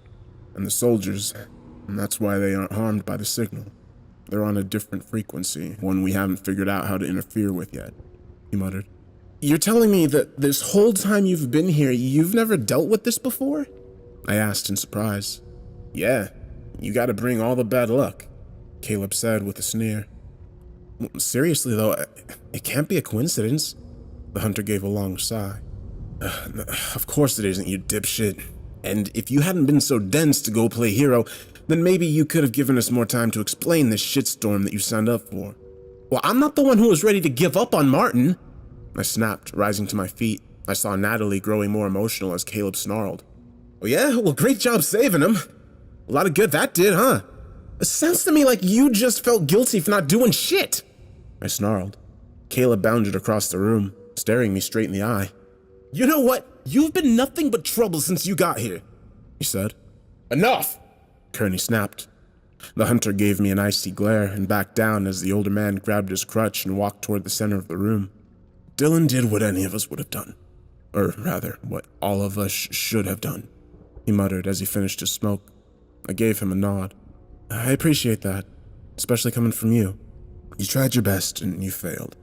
I think the guilt alone will be enough to make you second-guess the next time you want to disobey an order, Kearney said evenly. There was another moment of awkward silence. Caleb stood up and stretched and muttered, While I appreciate that we've all decided to let bygones be bygones, we do need to focus on our next step, the beacon. I felt too tired to fight, so instead, focused my attention on this turn in the conversation. Yeah, you mentioned that before. What is it? Caleb looked at me again, clearly not wanting to share anything with me, but gestured to Jim before remarking. Let the man who designed it explain. Lashar smiled nervously, then turned on one of the monitors that displayed a radar of the surrounding area. Okay, so, you know how we explained that these things are like bees, right? Well, a while back, Martin and I theorized that if we built a type of transponder, we could mess with their signal, control the way they move. Well, the beacon was exactly that. We built it and sent out a matching signal to the one that we recorded whenever storms roll in. And if these past few days have been any indication, it looks like it's working, and the storms are becoming more frequent, Lashar explained excitedly. Wait, hold on, I don't understand. Are you saying that you actually want the storms to come here? We've been tracking these for years, Pruitt, monitored their patterns and determined how they operate, but for the past 4 years, our goals have shifted to one singular objective, Mr. Kearney said as he gave a winked smirk and added, find out where they originate from and knock out the colony. It took me a moment to process all of what they had just said, and I sat down on the back end of the weather van. A few things still weren't adding up. Well, why did we go out and snag one of them then? What was that for?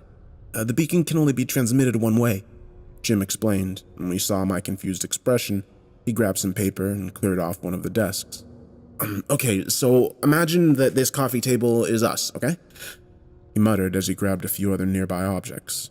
Now, this donut here is the transponder. It's sending out the signal, causing the storms to form one cohesive and predictable pattern. He paused, drawing a ring around two objects. So, in order for us to receive that message, we need something to coordinate with, which is where the probe came in. Martin sent one out when we were hit by that first storm, and the plan was for it to lead us back to the nest, he explained, and I nodded, the pieces starting to form a complete picture as I stared at the makeshift map he had made. But the creature died, so you lost the signal. No transmission received, so you couldn't pinpoint where the creatures were coming from, I said. Precisely, Jim said, surprised that I caught on so quickly. I shook my head and looked toward Kearney. How can you even be sure this is a nest? You've been doing this since your daughter was little. What makes you think that you even have a chance of stopping it? The old man gave me a stern glare, but it was actually Caleb that answered the question. Because if we don't, eventually something will happen to all of us, the way it did to everyone else that found this place. Channel 46 will go dark, and when that happens, the whole world will go to shit, he said. I shook my head in disbelief. You're talking about hunting down a force of nature like it's a wild animal. It doesn't sound possible, I admitted. Oh, and suddenly you think you know better? Caleb snarled as he pointed toward Natalie, who was still standing dazed in the corner, and adding, Need I remind you what happened last time you acted on your own? Well, at least I did something. All you care about is this stupid hunt, like you think it's a big game trophy or something. I snarled. You watch your tone, he growled. Oh, I'm sorry, does somebody have a guilty conscience? And that was the last straw for the hunter.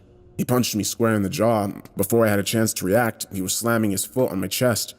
I heard Olivia and Natalie asking for him to stop, but Mitchum wasn't listening. His anger toward me had finally reached a boiling point. Then, just as he was about to hit me in the face again, I heard a low growl from outside.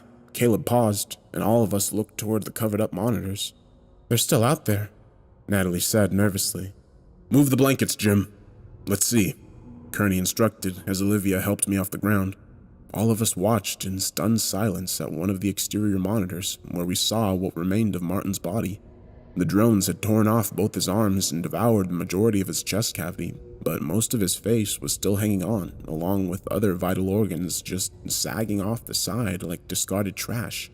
Natalie held her mouth and screamed softly as she saw something move in the tree lines.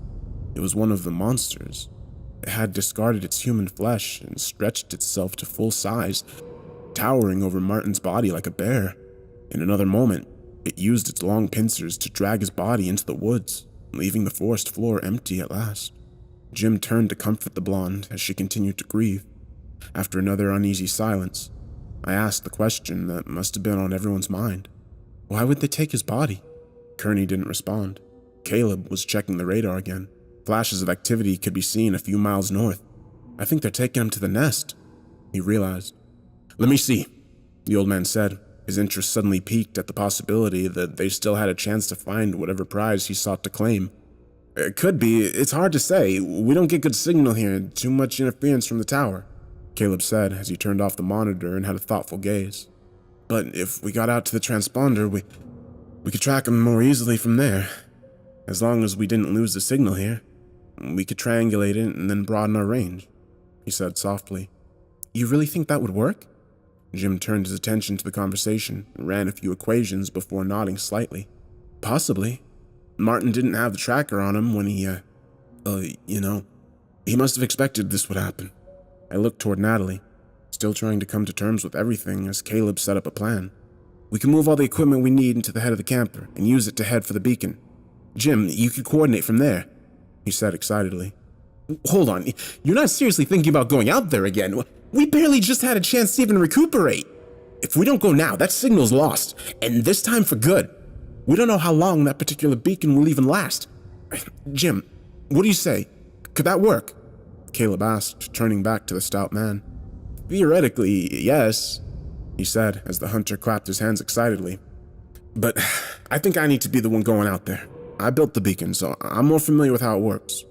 Okay, sure, fine, you can go, the trapper said dismissively. Hold on, Olivia muttered, raising her hand and looking toward her father.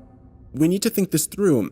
Who's staying here to man the station? And more importantly, without Martin, who will handle the camera equipment? She asked. The old man pursed his lips together, considering all of the alternatives, and then muttered, I think it will need to be you, my dear. You know this place inside and out. Olivia looked like she wanted to object, but didn't say a word about that, instead focusing on the issue of equipment. "You'll need a driver and someone else to help with setup. Jim can't handle it all," she growled. Kearney took a look at me. I knew exactly what he was thinking. "I can run the camera," I decided. "All right then, looks like I'm the driver," Caleb said excitedly, getting ready to leave the room. "Not so fast," Mr. Kearney declared as he leaned on his crutch and then jabbed a finger toward the hunter. "You're a much better gun than anyone else here, Mitchum. That means you would be better suited to stay and protect my daughter in case those things come back for round 2. He snapped. The trapper looked offended that he wasn't going to get to go, but instead of arguing, he remarked, "Okay, who do you suggest for the driver?" Kearney looked toward Natalie. The blonde's mouth gaped open. "Me, sir? You said yourself you wanted to do field duty. This is your chance," the old man declared. I didn't bother putting my 2 cents in. I knew they wouldn't listen anyway. Instead, I turned to Caleb and said, "I'll help you load up the camper."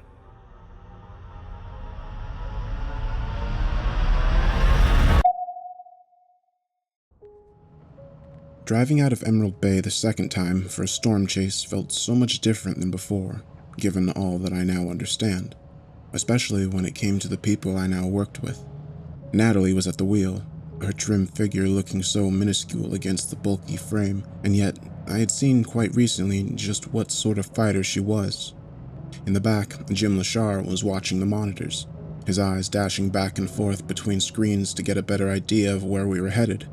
To think of how many times he had been through this, and yet he still always wanted more. Then there was Kearney.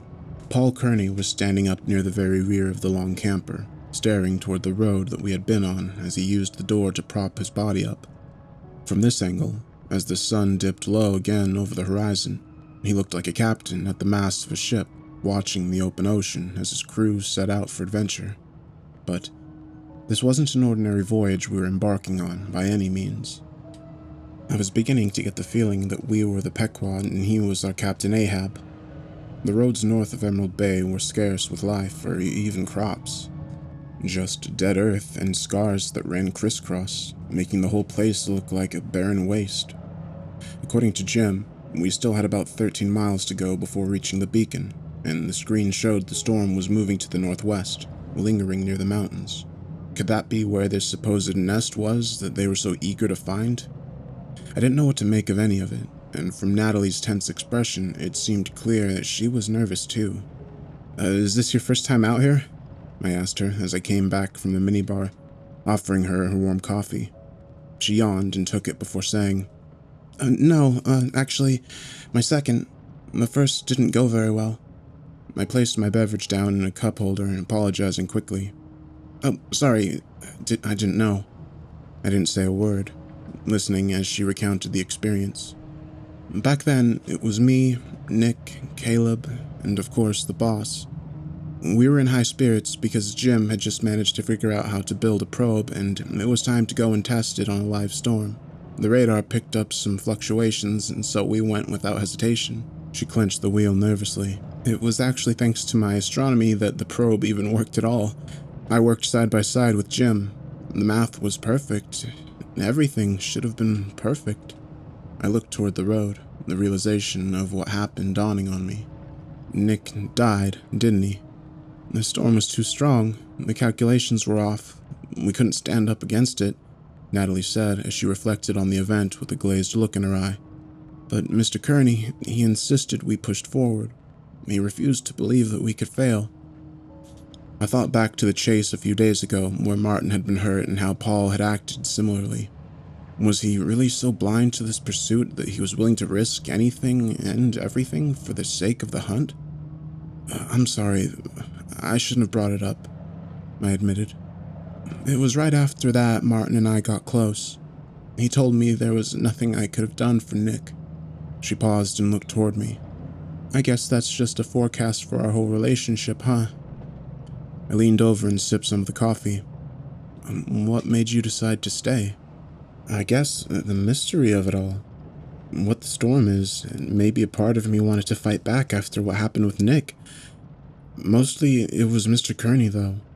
He was insistent that my concepts for the probe were spot on, and with more work it could be perfected. She gestured toward the sky, adding, 6 months later, it looks like maybe he was right. She laughed nervously as we kept driving, and I glanced back toward the rear of the camper where our boss stood. What do you think is keeping him here, then? I mean, why is he doing all of this? Natalie looked me dead in the eye. Isn't it obvious? Revenge, she answered. I nodded, realizing she had come to the same conclusion as me. The storm had taken what he cared for most. I just hope that hasn't transformed into blind rage, I said softly. Neither of us said a word for a long time as we passed the next stretch of road, and I spotted something off in the distance. I leaned forward, seeing the glint of sunlight reflect off the object, and Natalie remarked, That's the beacon, I think. I banged on the back of the camper to get the others' attention. Kearney and Jim came up front as Natalie slowed the camper down. Good work. Looks like she's still intact, the old man said. Natalie pulled the camper alongside the highway and turned off the engine as Jim and I started to gather extension cables to reach the device. I'm surprised no one bothered it out here, I said as we lugged the long cords over the grass. Well, not many people use these old roads. Lots of ghost towns out here. Jim mused as he opened up the paneling on the side of the cylinder and punched in an activation code. I looked about the barren land, spotting a few mountains off to the south, but besides that, he was correct. There wasn't a sign of civilization for miles. Come on, work, Lashar said, smacking the beacon on the side. Problem? Kearney asked as he gingerly walked over. It says it's connecting, but I'm not picking up anything. It should be right on top of us, actually, Jim admitted in confusion as he looked up. There wasn't a cloud anywhere to be seen. Nothing but clear skies. You got the coordinates right, and you're patched into the home base? Maybe that's the issue. I need to start running the algorithm from the triangulation, he said as he rushed back to our vehicle. Kearney was ruffling his hair and looking about. The air was colder, and Natalie hugged at her body. Something feels wrong about this, she muttered. Lashar made it to the camper and turned on the equipment there as Paul kept scanning the clouds. Hey, Jim, bring me a flare gun, he shouted. The stout man was back at the beacon in a heartbeat and passed the flare to his boss. While Jim started working on the code, Kearney grabbed his crutch and moved to the side of the camper. Natalie, help me with this ladder, he demanded. I watched as the blonde pulled the ladder down and Paul climbed up to the top of the camper. Then, using the roof satellite, he pulled himself up and aimed the flare gun toward the heavens. A second later, he fired, and the flare streaked upward quickly. I watched until it disappeared from sight and frowned. It exploded across the sky, revealing something hidden. The empty sky began to swirl, pushing clouds together into a central mass. Then a streak of lightning burst across the newly formed storm as it kept growing bigger. Jim hit the monitor again and said, I'm picking up something now, but it's going to take a minute to transmit. I kept looking at the swirling clouds as they got darker and darker and the wind picked up. I don't think we've got that long. A low, deep noise boomed from the storm. It sounded like the waking of a mighty beast. Then, as I watched with morbid fascination, the clouds seemed to form the shape of an eye. I think we need to go, Natalie realized as she saw it too. Meanwhile, Paul was smiling, but when he noticed our distractions, he called out, Dylan, Natalie, don't look directly at it. I rushed up the ladder and shouted back, Sir, we need to move, and I mean now. The equipment in the van was already registering wind bursts up to 33 miles per hour. Lightning crashed down only about 30 feet from the beacon, and Jim held his chest, frightened at the close proximity. He quickly detached the flash drive from the device and rushed to the camper, muttering, I'll compile it on the road.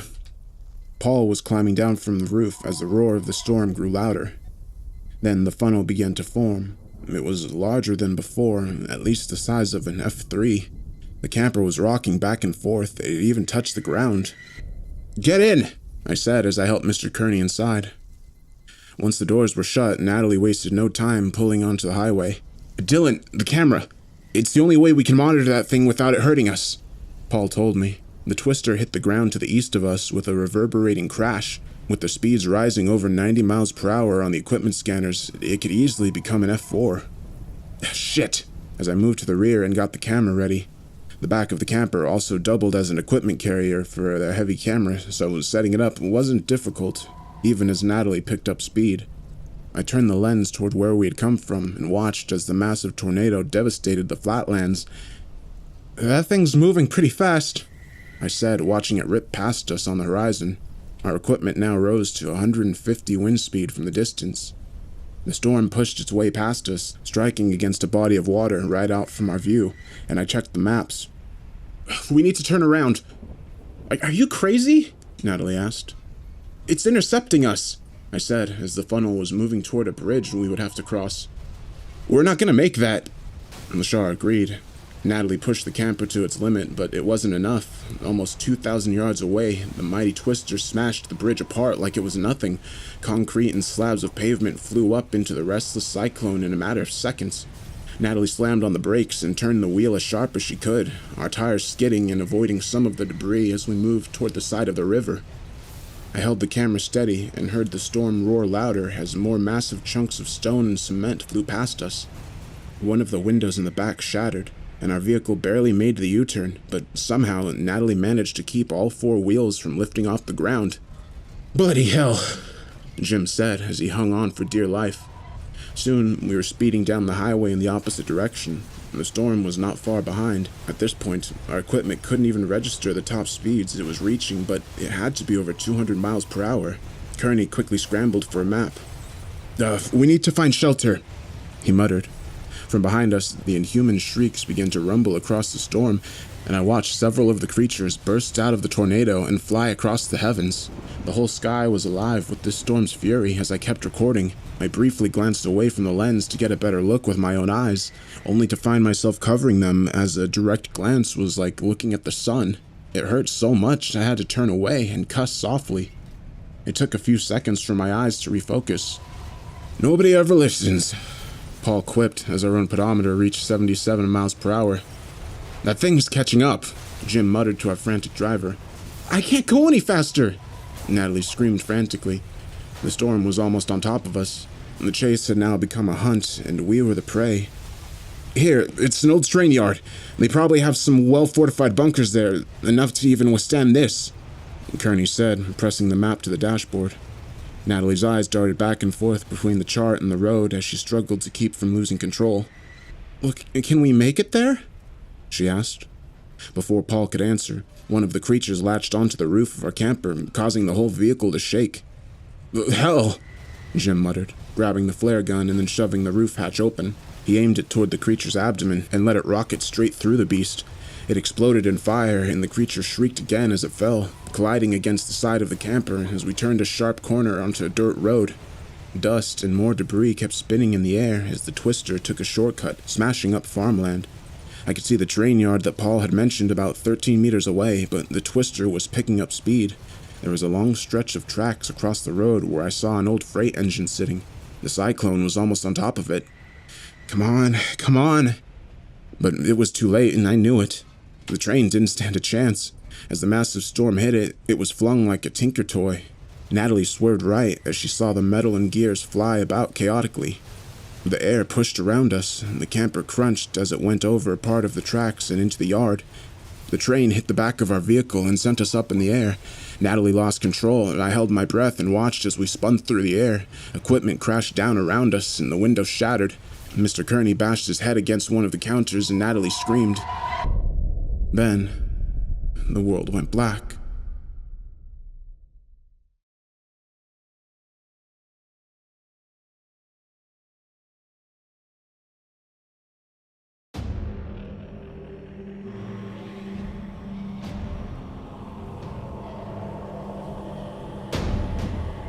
When I came to, the first thing I heard was the howl of the storm. Wind pressed against my face as I carefully opened my eyes, and then I saw the damage that had been done. We were upside down. Natalie was dangling with her seatbelt on. Glass was scattered all across the roof along with everything else we had carried with us. Jim was injured but breathing, blood gushing from his side as he pulled out a piece of shrapnel and checked on his boss. "Paul! Are you okay? Paul!" Lashar said as he checked the old man's pulse and head.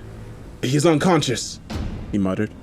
I crawled slowly across the broken glass to where Natalie was. The whole front window was busted open, and more dust and debris was being pushed in toward us by the second. Out across the train yard, I saw the tornado continuing to wreak havoc, smashing up stray train cars and sending them flying in every direction. Beside that, there was a threat of the creatures themselves, and while I lay there trying to get my breath back, I counted at least half a dozen. They were skittering about the tops of the long metallic trailers, shrieking in the air and searching for us. "Are you okay?" I asked Natalie as she opened her eyes slowly. "I think I'll make it," she muttered as I helped her unbuckle and slowly crawl down to the roof of the camper. "We need to get somewhere safe," I told Jim as I scanned the train yard again. How about that?" I pointed toward a large metallic building that looked like it was used as a switch station for some of the tracks. "It's better than nothing," he agreed as he pushed the heavy equipment out of the way and gently pulled Paul up to a sitting position. "Jesus, he's heavy. I don't think I can lift him alone," Jim said. "You're also injured," I pointed out as I turned my head toward Natalie and muttered. Do you think you can help?" She nodded and got her breath back, helping pull Kearney toward one of the side doors of the camper and kicking it open. Wind pushed her hair in her face and Natalie looked toward the twister. "Do you think it will come back for us?" she asked nervously as Jim held the door open. "If we make a run for it, we might make it," LaShaw remarked, crawling out of the door and against the side of the vehicle. Natalie and I were next. We each took hold of one of Paul's arms and dragged him out toward the pavement. The gash on his head looked deep, and I worried that the stress we were putting on his body might do even more damage. But we had little choice left. Natalie laid him down on the ground to catch her breath as Jim clutched his side. Then from above us, we heard a low growl. One of the creatures was moving about near the tires that still spun wildly in the air. "Don't move," I whispered as we hunkered against the side of the trailer. If these things were blind, then there might be a chance that it wouldn't know we were here, I reasoned as we listened to it claw at the metal underbelly of the camper. Another creature scurried just out of our view, in between two train cars, and made a low howling noise. It sounded like it was a call of some kind. Then, one above us flew off toward the tornado as we watched. Even from this distance, it was hard to look directly at the storm. The blinding light it would cast causing me to keep my eyes down. "Let's go," Natalie said as she hunched down and placed Paul's arm over her shoulder. I did the same on the opposite side of him, and we lifted together, his dead weight making it nearly impossible for us to even move at all. Together, we moved as one across the train yard. Jim kept his back toward us and held the minuscule flare gun tight to his body, but so far the creatures didn't seem to be paying us any mind. That changed a moment later. Something like a blaring horn sounded across the sky. The funnel started to push back up and the creatures made their way into it as it disappeared from sight. Then the rain began to fall. The second it hit my neck with its burning power, I let out a cry and nearly let go of Paul. "Shit!" Jim shouted as he tried to cover his head and started picking up speed. Then, from the downpour came something else. I was having a hard time making sure I didn't trip over my own feet as Natalie and I followed LaShaw toward the master switchboard. But from what I could tell, it was at least 3 times as large as the monsters we had dealt with before. The burning rain was almost enough to make me want to give up, but we finally made it inside. We finally made it inside the metallic structure, and I laid Paul down, checking him for wounds as well. "Shit. How the hell are we gonna get out of this? Well, the storm can't last forever, right? I mean, it'll move on," Natalie reasoned.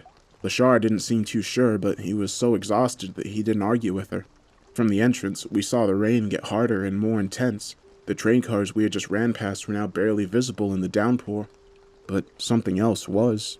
It stood above the train cars like a beast out of ancient mythology, slowly prowling the train yard with low guttural sounds. I could barely make out the outline of the beast, but it was enough to send a shiver down my spine. Then it turned its enormous head toward us, 6 rows of eyes glowing in the rainstorm, and let out a deafening screech. "Keep moving," Jim told us, gesturing toward one of the old rail cars. I didn't have to be told twice. Natalie was out of breath and hurting, but she pulled it together to get Mr. Kearney inside the rail car. The creature was moving toward the wide mouth of the structure. I saw long tendrils gaping from its mouth just as Jim slammed the door shut. "Is this going to keep it out?" Natalie whimpered as we listened to it move about the station. I listened as it pushed aside train cars with its long legs like nothing.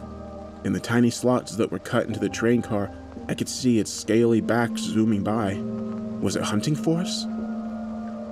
The rail car jostled for a moment and shook, and the 3 of us fell to the floor and hunkered down.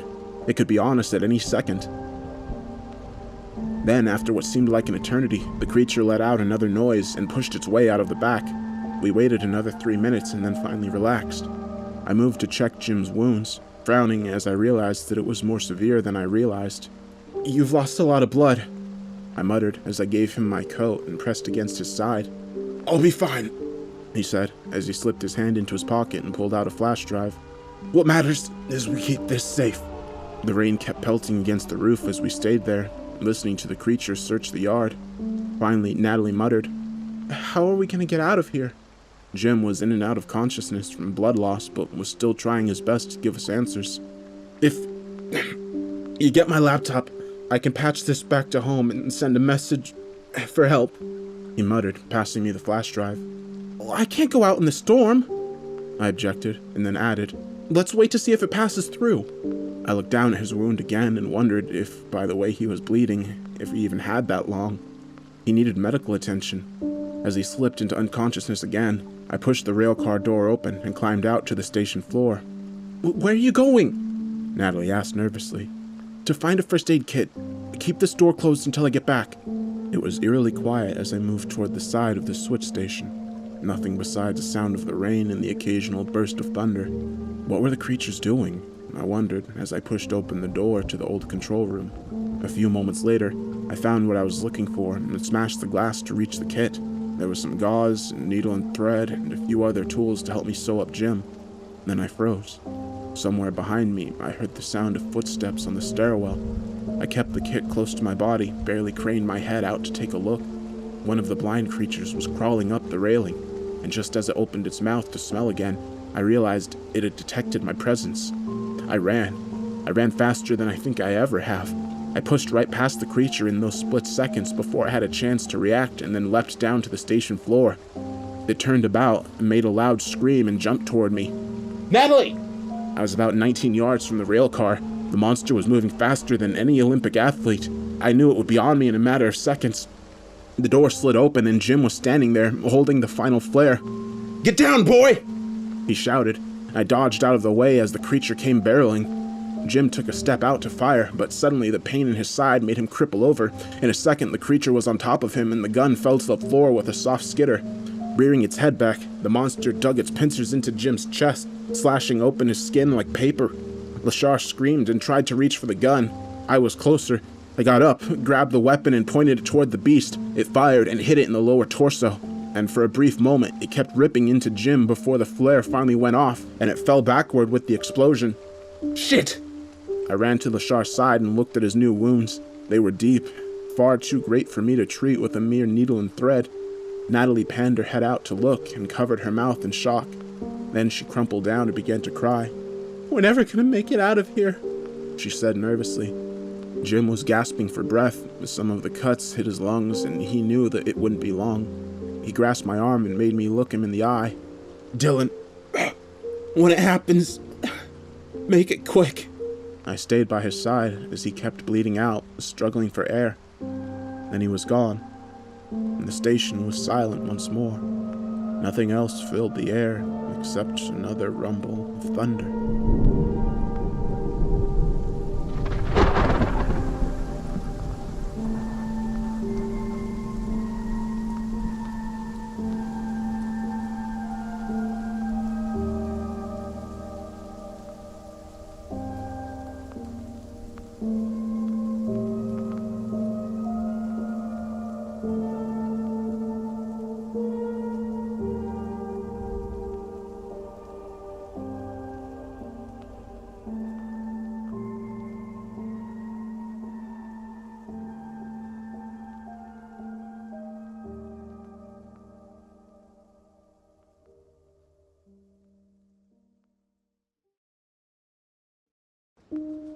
"3 hours passed and the storm raged on. Natalie and I moved Jim's body into the railcar where we decided to wait out the storm. But as we sat there, and I looked at the dead man and the unconscious one next to him, I was beginning to think that might not happen at all. Every half hour or so, I checked Mr. Kearney's pulse to make sure that he was all right. He seemed to have no major injuries, but after being unconscious for so long, there was no telling what the blow to his head had done. "I think we need to radio for help," Natalie said after another roar of thunder crashed across the sky. The only way would be to reach Jim's laptop, and that's out in the trailer, remember?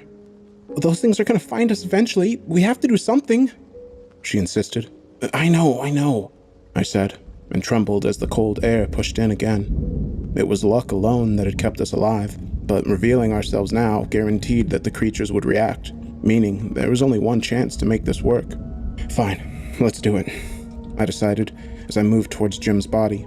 Despite the fact that I felt wrong violating a corpse, I knew for us to make it through the rain we would need cover. The burns we had experienced from the storm were already enough to cause mild scarring on my exposed hands. Any worse and I wouldn't be fit to help anyone, I thought. I carefully took Jim's coat off and used it to drape over my shoulders. Natalie had a hard time not weeping again as we stared at the man that had tried so hard to save us. Do you even think we stand a chance?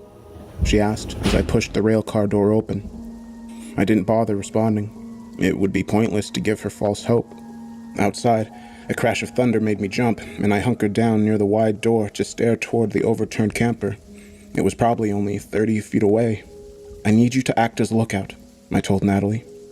She nodded and placed her back against the massive metal door as I kept Jim's ragged coat wrapped around my head. The wind seemed to pick up the second I stepped out into the torrential storm. It was so hard to even see around me, but I kept my eyes straight ahead. Even when I heard another of the beasts howl amid the thunder, I didn't waver. I found the door we loosened earlier and shimmied inside on my belly. Once inside, I pulled my body up to a crouching position and looked about. Jim's laptop was turned over amid the other debris. Just as I reached for it, I heard the hiss of a creature from above. I hunkered down again as it clawed at the tires above my head and slowly pulled the laptop over to me. I stayed as perfectly still as I could as the creature searched for me. As I lay there, I felt the temperature change. The rain began to tighten and the sky cleared. Was the storm past? I didn't hear any noises from above, so I decided to take a chance and crawl back out. A gentle drip of gasoline glistened on the side of the camper. I got a little bit on me as I climbed out and looked up. That was when I realized the storm was waiting. A rush of air pushed its way back down to the train yard, and I heard Natalie yell in the distance as the funnel hit the ground, flinging debris toward me. It struck with such force that it had knocked me off my feet. I fell right down next to a puddle of gasoline that had formed next to the camper. A crazy idea forming in my head as the tornado moved straight toward me. Getting back to my feet, I moved to the rear of the camper, where we had packed our auxiliary gear and flung open the door. Another pile of trash collapsed at my feet. I pushed aside the papers and found Mr. Kearney's personal backpack as the storm grew closer. I felt the camper begin to move and said with a prayer my one shot was about to slip away. At last, I found it. Paul's cigarette lighter. Quickly, I lit a flame and moved toward the trail of gasoline. I snatched the laptop up and hollered out towards the twister. From within its mighty frame, a booming growl came back. The funnel turned toward me, pushing straight toward the camper. I didn't waste another second. I tossed the lighter toward the gas and watched as flames spread toward the camper. As I ran for cover near some scattered debris, the whole vehicle went up in flames. At the same time, the tornado smashed against the hood of the camper. Immediately, the flames jumped into the twister and I heard a howl of pain. It didn't take long before the entire funnel was sucking up the fire and spreading it into the core of the storm. Natalie came running to my side and I stood mesmerized by the tornado. Then, at her urging, we pulled back into the makeshift bunker. A few moments later, the cyclone was completely gone. My crazy plan had somehow managed to hurt the damn thing. I let out a sigh of relief and checked Jim's laptop, even more excited to see that it had withstood the whole ordeal. I started up his system as we returned to the rail car. Evening was starting to fall across the land as I finished uploading the flash drive to his program. Son of a bitch! This isn't gonna work, I said as I watched the upload slow down. It's the metal roof. It upsets the signal, Natalie said, grabbing the laptop and gesturing for me to follow her out to the open air. About 13 minutes later, I was patched through to the station. Natalie let out a squeal of delight as I sent our location to Caleb and Olivia. After that, I checked the radar and watched as the storm moved to the northeast. It's moving toward the mountains, I realized as I watched its speed increase. Where could it possibly be going? Do you think you actually heard it? Natalie whispered. I didn't know what to say to that. It seemed unreal to consider that we even stood a chance against something that powerful. Instead of focusing on that problem, I decided to address a different one. You know a thing or two about astronomy, right? Natalie nodded, and I gestured to the night sky that was forming around us. Maybe I'm seeing things, but Does it seem like some of these constellations aren't right? She squinted and looked up, and just as she was about to make a statement, we heard the most bizarre noise come from within our shelter. It was so inhuman that it caused both of us to jump. I turned about, and Natalie said nervously, "Did one of those things stay behind?" "Stay behind me," I ordered as we moved toward the entrance, and I found an old steel pipe. That was when I realized the noise was coming from the same rail car where we had been hiding earlier. "Paul!" I called out, passing the laptop to her and running up to the doors of the car. What I saw next defied all explanation. Jim's body was convulsing and twisting on the floor like a rag doll. Something was crawling its way out of his mouth. It resembled a spidery web of slime and latched onto his body to cover his face with a coat of brown skin that sealed his dead eyes closed.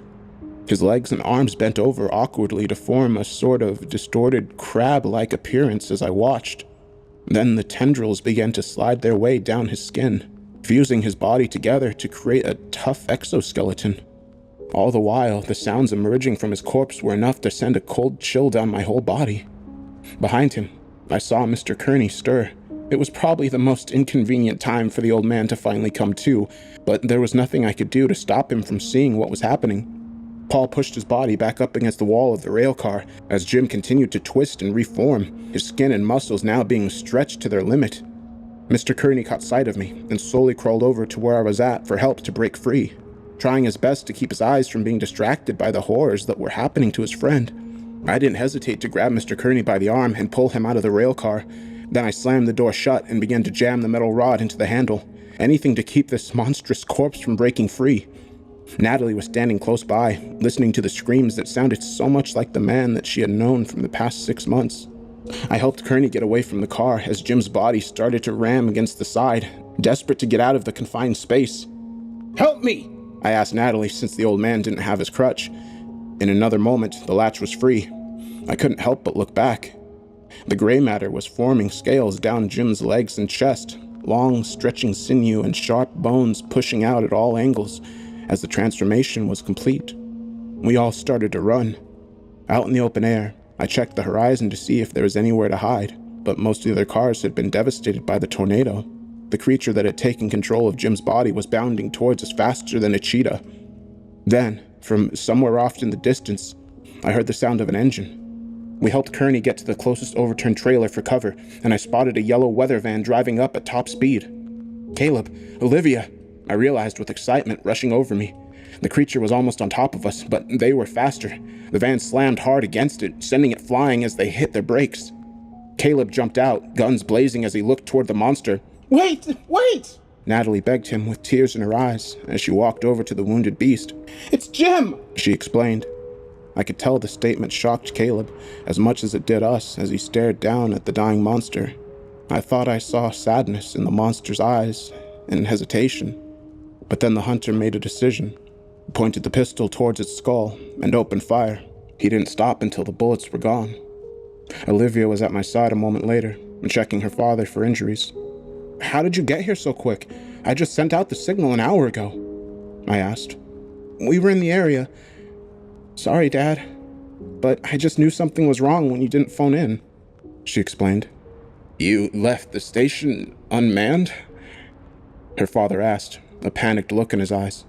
"Yes and no. We managed to make a sort of mobile broadcast for us while we were out and about. We followed your directions and picked up Dylan's signal about 13 miles back," Caleb explained. Kearney still didn't look very happy with them either. "It isn't safe out here," he muttered. "No kidding," Olivia said as she got him up and added, "We need to get you back to the station and recover." "We can't do that. Not now," Paul said, looking toward the dead corpse of what was once Jim Lashar. Now that my adrenaline was slowing down, a few stray pieces of this puzzle were being put together. This was never about tracking a storm, I realized. "What are you talking about, Pruitt?" Caleb muttered. Kearney's face was filled with emotion. He knew I had figured it out. "I think I owe you all an explanation."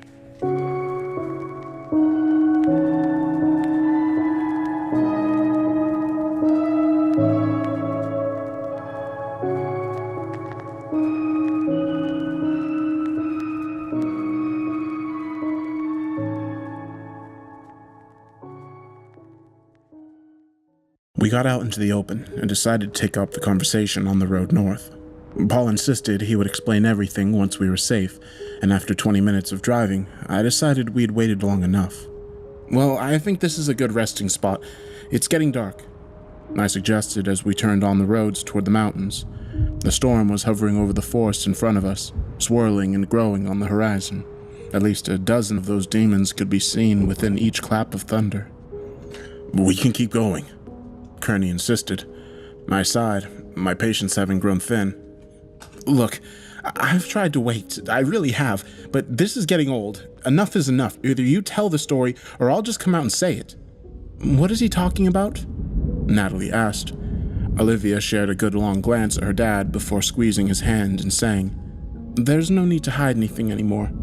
They've proven themselves more than capable to handle themselves." Paul smiled at his daughter and sighed.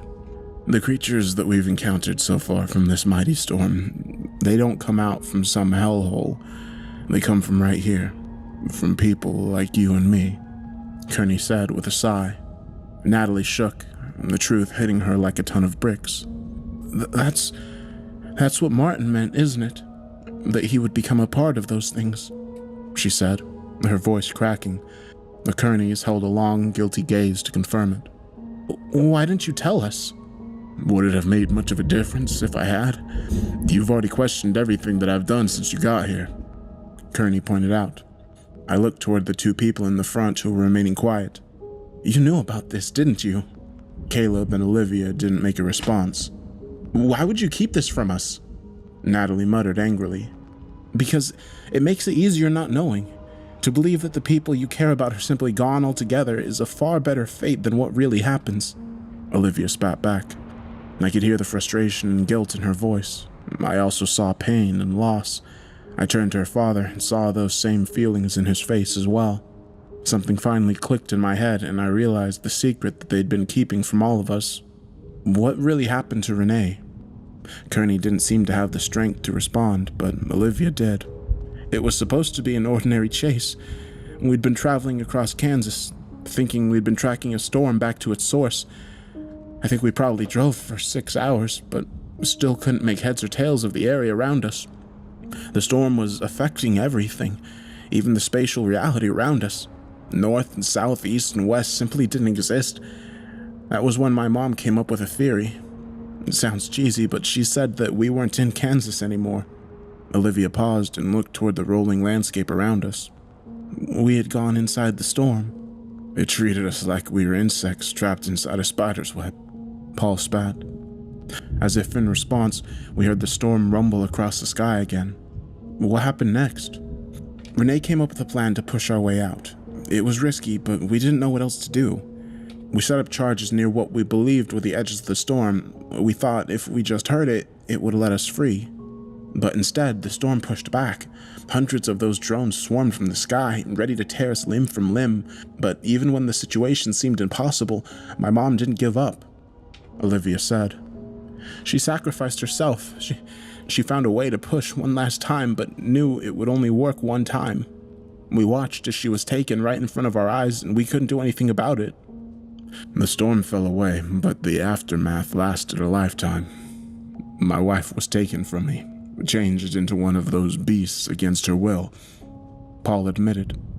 Caleb slowed down the van. We were almost at the mountains. I crossed my arms, contemplating everything that the Kearneys had just told us. It was a lot to take in. That's why you've been trying to find this particular storm, isn't it? You think your wife is inside? Paul nodded, too exhausted to hide anything else. How can you be sure that she's still alive? I asked. Olivia bit her bottom lip.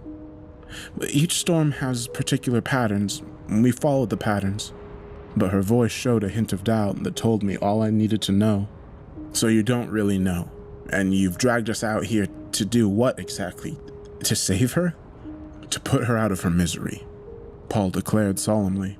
Even those words seemed to take his daughter by surprise. Years ago, I might have thought differently.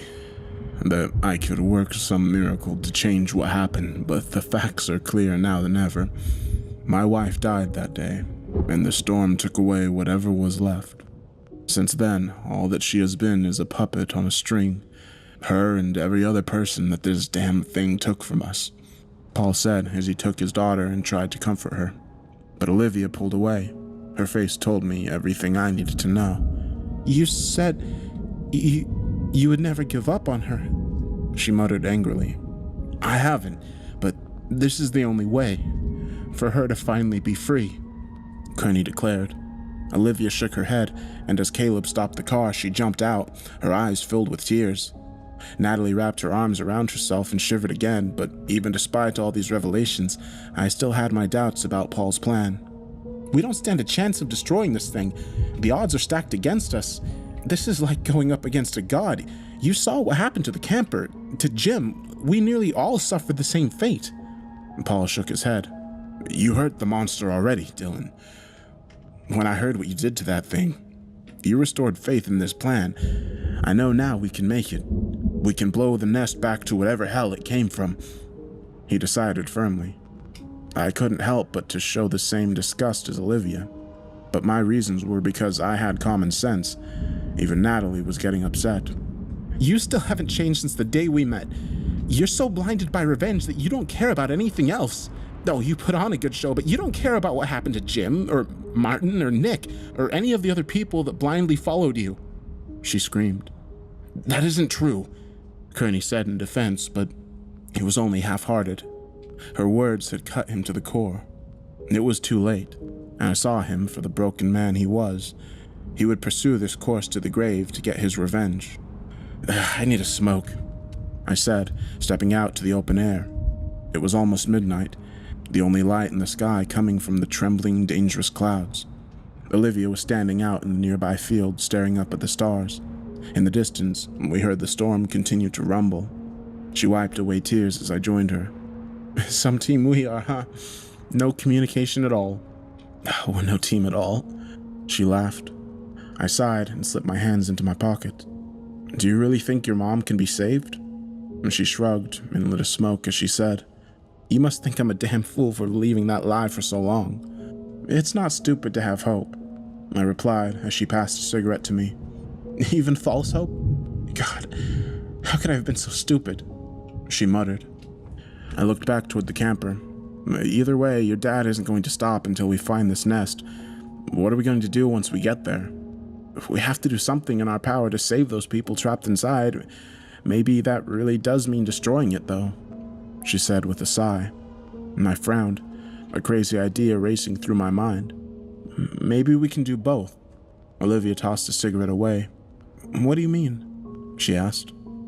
The nest is like a control tower, right? That's where the primary signal that controls them comes from. So we just have to interrupt that broadcast and replace it with our own. Her eyes sparkled with that same spirit I'd seen when we first met. She was ready to give it a try. We can't tell Dad, she declared just as I was about to return to the van. You think he'll try to stop us? He's had one mission since the day we lost Mom. Nothing we say will change that, Dylan. We have to keep him thinking we're all in agreement. She looked frustrated that she would have to tell such a lie, but I knew she was right. I know he'll hate me, but if it works, we can save at least some of those poor people. But if it works, and we can save at least some of those poor people, then it has to count for something, doesn't it? Olivia asked desperately. I told her it did. As we moved back to the weather van, we both saw someone standing near the driver's side door. Caleb. You were listening? I asked. It's my job to watch out for y'all, Mitchum said with a shrug as he stretched his legs. Go tell the old man we'll be back on the road in a tick. I have to go piss, he added, walking away from the van. Olivia got into the back of the vehicle as I followed Caleb. Coming to watch, Pruitt? He teased.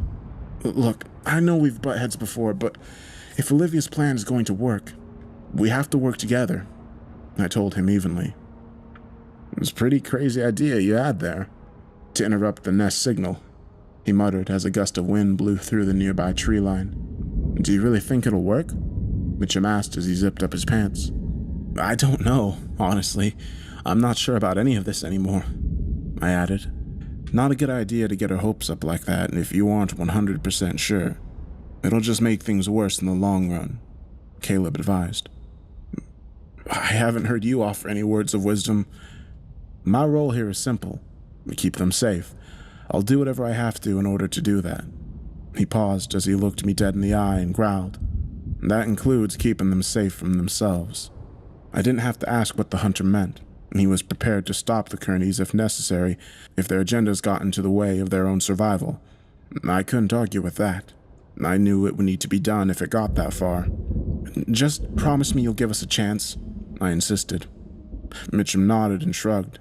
"You can't talk any of you out of it anyway, right?" he muttered as he got back into the driver's seat.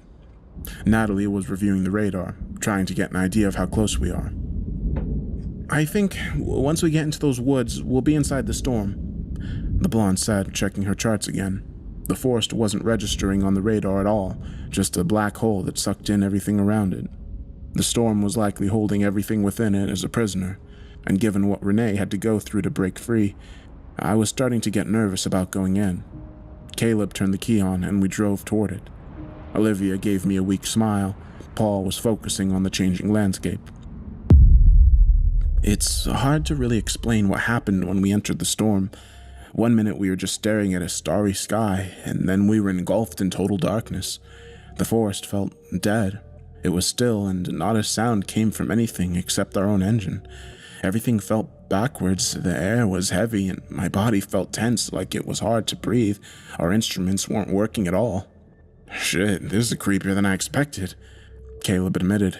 We only got a couple of miles in when the van died. "What's wrong?" Paul asked. Not sure. Something just killed all the power," the hunter responded. Kearney looked outside the van toward the quiet clearing we were in. "We're nearly there. The nest is close, I'm sure of it," he declared. We sat there in the dense forest for another moment, trying to get the nerve to step out. Mitchum was finally the one to decide to make a move and grabbed a few weapons before opening the door. "The drones are probably off protecting their hive," he reasoned as we peered out toward the unknown. It was so deadly quiet that it gave me chills. Then we heard something shuffling in the brush. Caleb aimed his gun to fire, but only a small squirrel ran across his feet. He laughed nervously.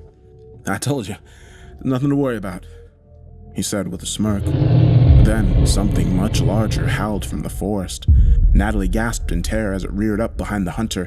It grabbed a hold of Caleb's upper body and pulled him into the woods. As soon as the creature disappeared from the tree line with Caleb, the forest went silent again. Olivia jumped out of the van, her eyes frantically scanning for any signs of life as she called out his name. "We need to move on foot and do it fast. They've probably taken him to the nest," her father insisted. I helped him out with gathering our gear in one place, making sure I had everything to enact his plan along with that of his daughters. Caleb's sudden disappearance was enough to keep him distracted that he didn't really pay the extra bits of gear any attention. "What the hell's gonna happen? What do they want from us?" Natalie screamed anxiously. That was a question I knew we didn't have time to ask, so once we finished loading up the 2 backpacks, I helped Paul with his crutch and remarked, "I know you want to do this yourself, and you've proven that you don't let your disability stop you, but this is going to be different. We're going to be going up against monsters larger than life. I think I should echo the words you gave me when I told you not to take this job," Paul quipped as he strapped a rifle on his back. We moved to the spot where Caleb was taken, and Olivia examined the ground, noting the displacement of brush and leaves and using that to gauge which direction he was dragged in. "They haven't killed him. Why haven't they killed him?" she muttered as she saw little scratch marks on the trees where Caleb had tried to hold on for dear life. Despite the fact that I had never really particularly liked the hunter, I felt sorry for him. It was a fate worse than death from what Paul and his daughter had described on the drive up. Olivia took the lead, following the small trail up through the mountains. The forest was dense here, and all of us did our best to stay close to one another, but even then, I felt disoriented and lost. There weren't any stars in the sky, just a continuous swirling mass of the storm. As we got closer, the displacements of the trail became more apparent, as though Caleb were fighting again and the creature was having a hard time. Unfortunately, these scuffles that caused marks in the surrounding foliage were making it difficult to determine which way to go. We paused at one of these, when Natalie checked the atmosphere pressure using the small portable laptop she had opted to bring.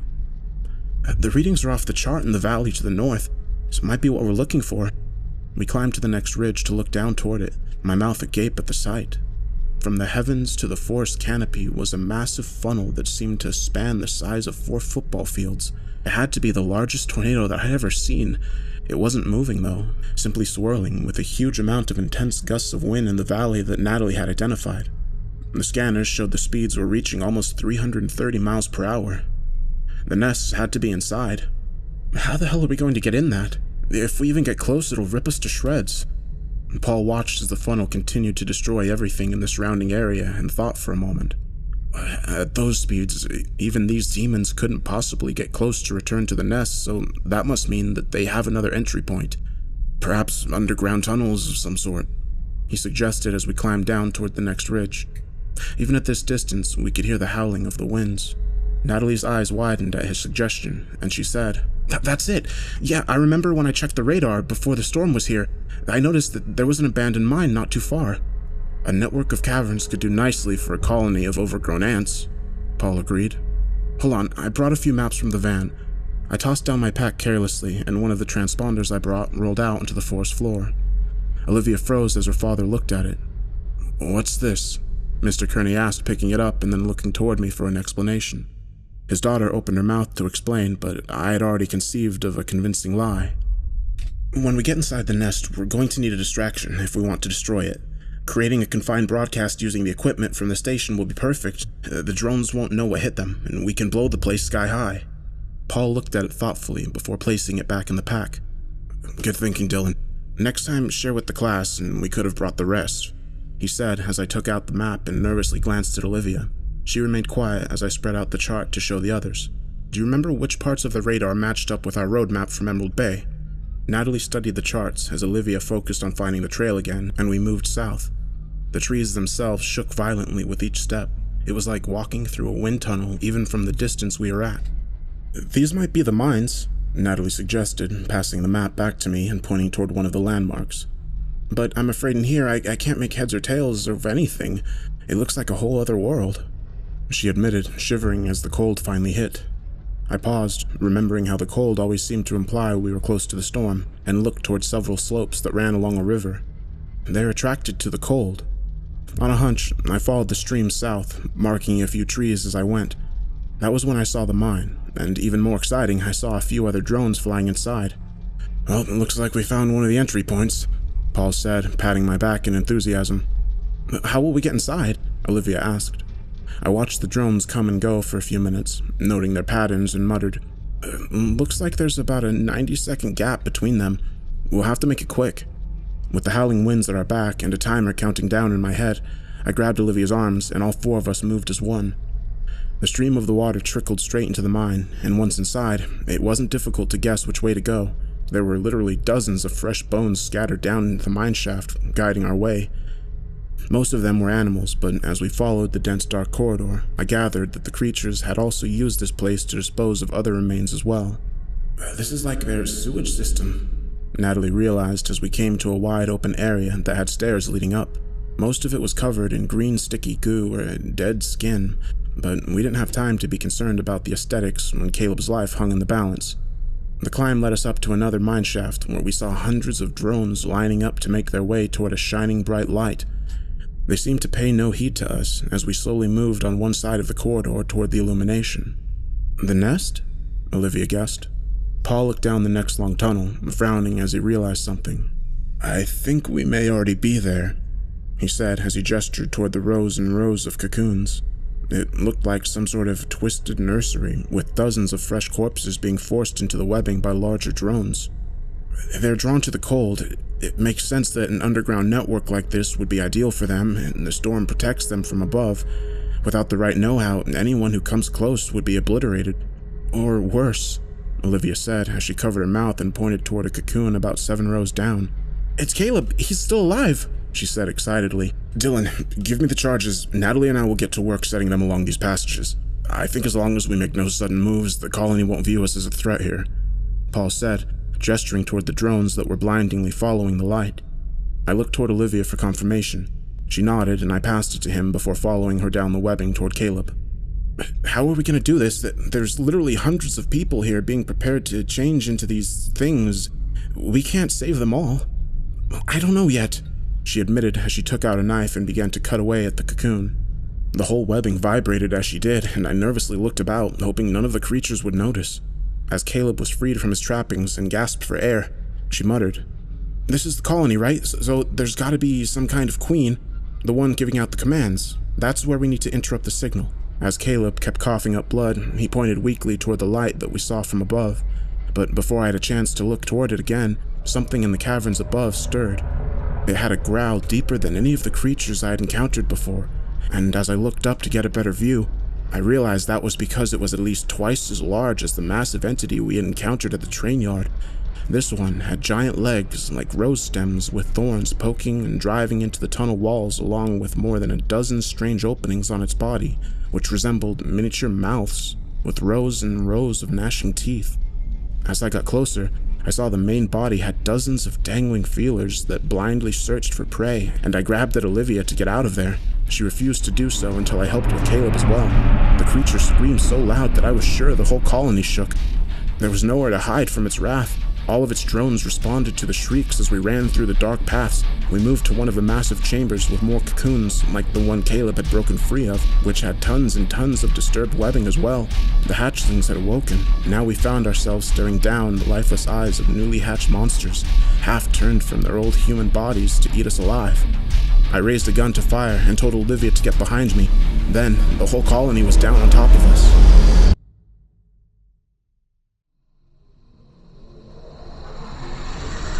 There was no way we were getting out of this alive. I saw that from the moment we had entered the room. The numbers were too great. I figured that if I was going to die, the least I could do was see to it that Olivia and Caleb made it out alive. I could tell by the hunter's labored breathing that he wouldn't be able to help in this fight, so I shot at the closest of the drones and then shoved them both toward a side corridor of the labyrinth. "Hold them off!" I told the two of them as I gritted my teeth and watched the massive throng of beasts breathe down on me. Honestly, it would have been over in just a few seconds, but I didn't count on the explosions, ricocheting rocks and debris toward the horde. At first, I was sure that the blast would not be enough to make a difference, but then, in front of me, the floor to the level of the mine simply collapsed. More rock, dirt, mud, and debris fell to block the monsters from reaching me as I heard a voice shout from above, "Don't just stand there like an idiot, Dylan! Run while you've still got a chance!" Paul, I figured, had set the explosions up, but the timing felt wrong. Had he decided to come to our rescue instead of focusing on his main task?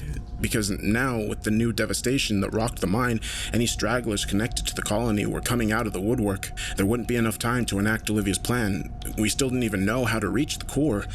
Part of me wondered as I ran if Paul had suspected what we were up to, but no. As he began to climb away from the upset colony, I realized his main concern had actually been our safety. I pushed my way to where Olivia was at, keeping an eye on all of the surrounding tunnels as I heard the shrieking growl near. Caleb was having a hard time even standing up. "He's choking," I realized. He gestured toward one of the packs where we had brought a few simple hunting knives, and Olivia passed him one. We both watched as he stabbed himself near his ribcage, and a burst of black slime spewed out onto the floor of the tunnel. At the same time, his breathing returned, and Caleb said, "Spiders! God damn! Why did it have to be spiders?" I looked at the ooze that had suffocated him and watched as hundreds of miniature spiders hatched from the slime, shrieking and trying to find their host again. "There's no end to them," Olivia said, pulling Caleb away and checking his wound.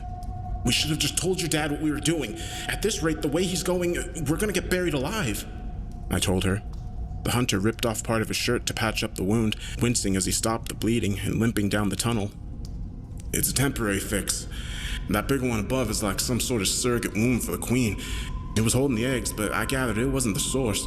We gotta get to the core if we want to do any real damage," the hunter explained as we made our way back to the main corridor. I spotted Natalie and Paul setting up more charges above us and called out to them. The monsters were working as fast as possible to bridge the gap using their own bodies as stepping stones. It reminded me of the way their flesh and bone had mixed together during their attack on the station. "Dad!" Olivia said, covering her mouth in shock as the creature moved closer. "We need to set up the signal, now! No, we'll ruin any chance we have of finding my mom!" Olivia stuttered, and I shook my head and pointed above. "If we do nothing, your dad is going to die." She bit her lip and nodded, tossing the backpack down. She took out the supplies necessary for creating a small receiver, and Caleb and I watched the parameter. A few of the stronger soldiers were searching for us. I passed Caleb his gun back and muttered, "Are you sure you can handle this?" He sneered. "Aw, don't be going soft on me, Pruitt. That's not your style." Then he cocked his weapon and pointed it toward the wide-mouthed opening. "Now, let's give him hell." We rained down the ammunition we had on the first wave, sending the beast flailing backwards as Olivia worked as quickly as she could. "If you could speed this up, we would all appreciate that," I said, kicking away another drone. They were going to overpower us in a matter of seconds.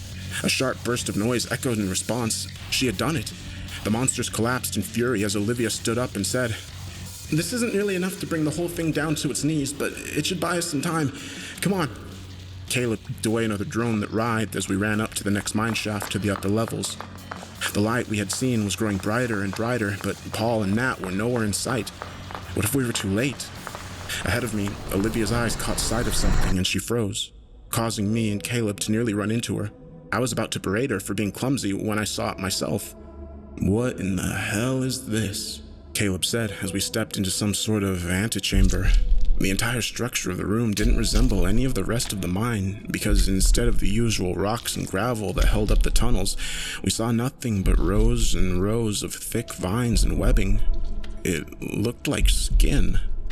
The walls themselves were moving and throbbing the way a heart would when pumping blood, and with each resonance that passed through the veins, long streaks of light flowed in and out.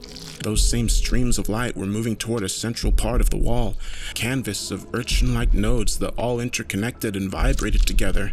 This was the core. Of that, I knew there was no doubt. And then, from the urchins of sinew and flesh, we saw something begin to form. Each of the nodes had the structure of a face, but without eyes or nose. One by one, they transformed, their natural gray faces forming a massive wall of conjoined mimics. Then, there was a newly formed mouthpiece, and their voice echoed through the chamber, shaking us all to the bone. "We are home." We were listening to the sound of corpses making a chorus of unholy noise. Olivia stood closer. Somehow she was able to shake the bizarreness of this encounter and asked a question. "What is this place?" "In-betweenness." "Between? Like between life and death?" Caleb asked as he stood alongside Olivia. "Know everything, yet nothing, with chaos, with order." "How is it even communicating with us?" "Same way as those drones. They remembered what it was like to be human. They mimic. It's all an imitation." "Well, why? Why is this happening? What do you want?"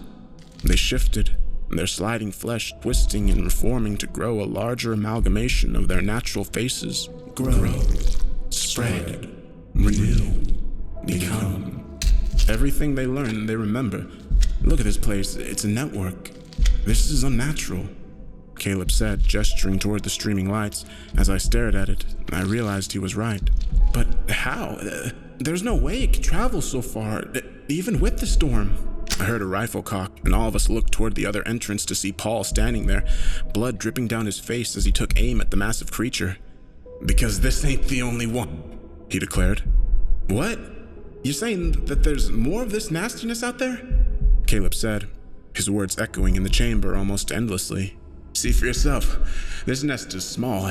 It's strong, to be sure, but it's like the tip of the iceberg. Everything here is new growth, desperate to expand and choke everything in its path," Kearney said. The shrieks of the colony grew louder from behind him, and he gestured toward the way we had come in. "We were fools to ever come here. You need to leave before it's too late." Olivia started to object and show him the receiver she had built, but I saw the seriousness in Paul's face. "You knew we would try to set up a broadcast." "I knew you would fail. You've had your fun. Now it's time to kill these sons of bitches," Kearney answered. Olivia stared at the skin map, her eyes filled with wonder and excitement. "Dad, don't you see? This confirms everything. The storm keeps them alive. Mom, she's still out there." "Wake up, girl. It's over for her," Paul snapped. "Well, how can you say that?" she said angrily.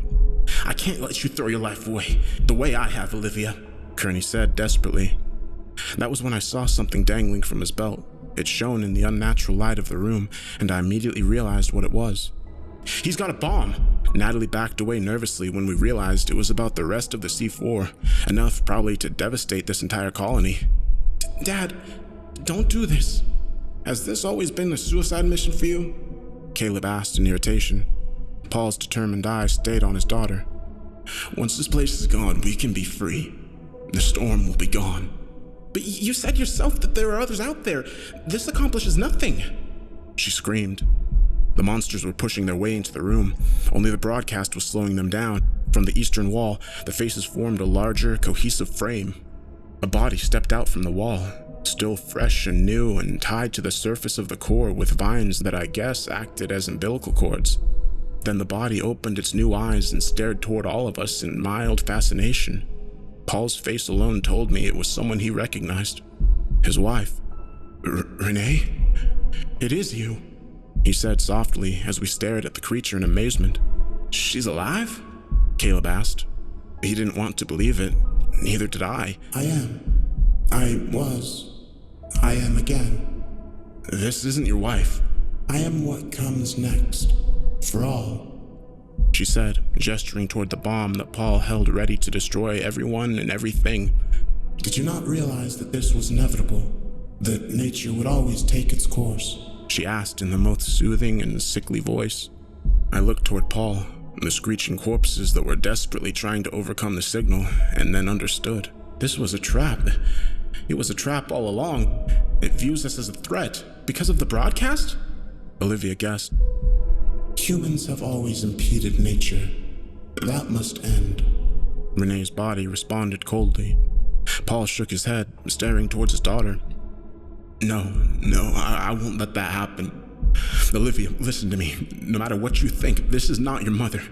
You have to leave this place. Protect the station. Protect all of us. Kearney demanded. Dad, don't! She said, but it was too late. He pressed the detonator and flung himself toward the core. The nest collapsed. I found myself free-falling, scrambling to grab a hold of anything solid as the mine tumbled in over itself. When I hit the ground, every ounce of my energy was pushed out of me. I don't know for sure how long I lay there, but when I did have the strength to move around, the place had dissolved into madness. The creatures were skittering everywhere about the walls, confused like a ship with no compass.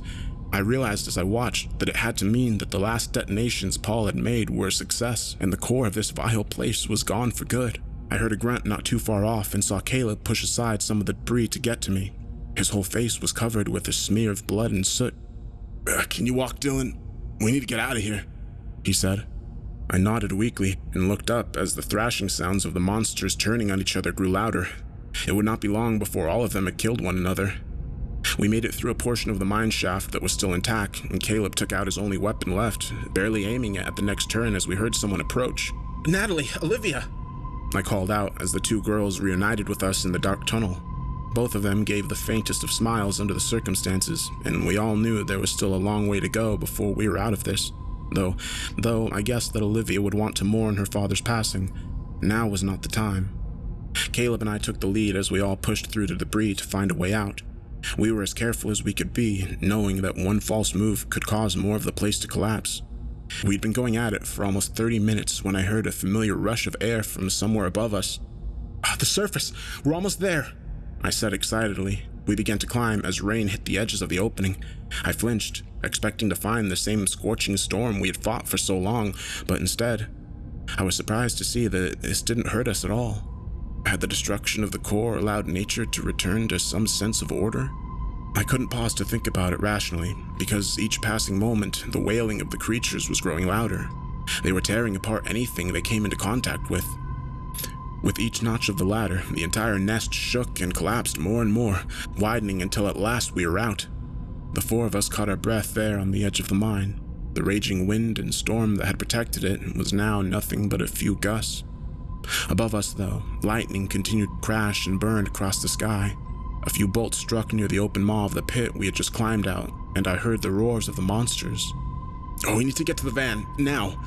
Caleb pulled Olivia up, and we felt the dirt beneath us begin to shake from the blast of the plasma that struck barely 20 feet away. The rest of the abandoned mine became a sinkhole quickly, pulling trees and other nearby debris into its abyss. I looked down at the angry creatures, their frenzy becoming more and more concentrated with each moment.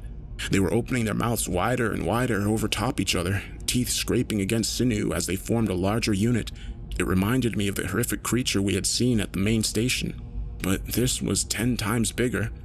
The menagerie of flesh and teeth climbed toward us with a rapid ferocity.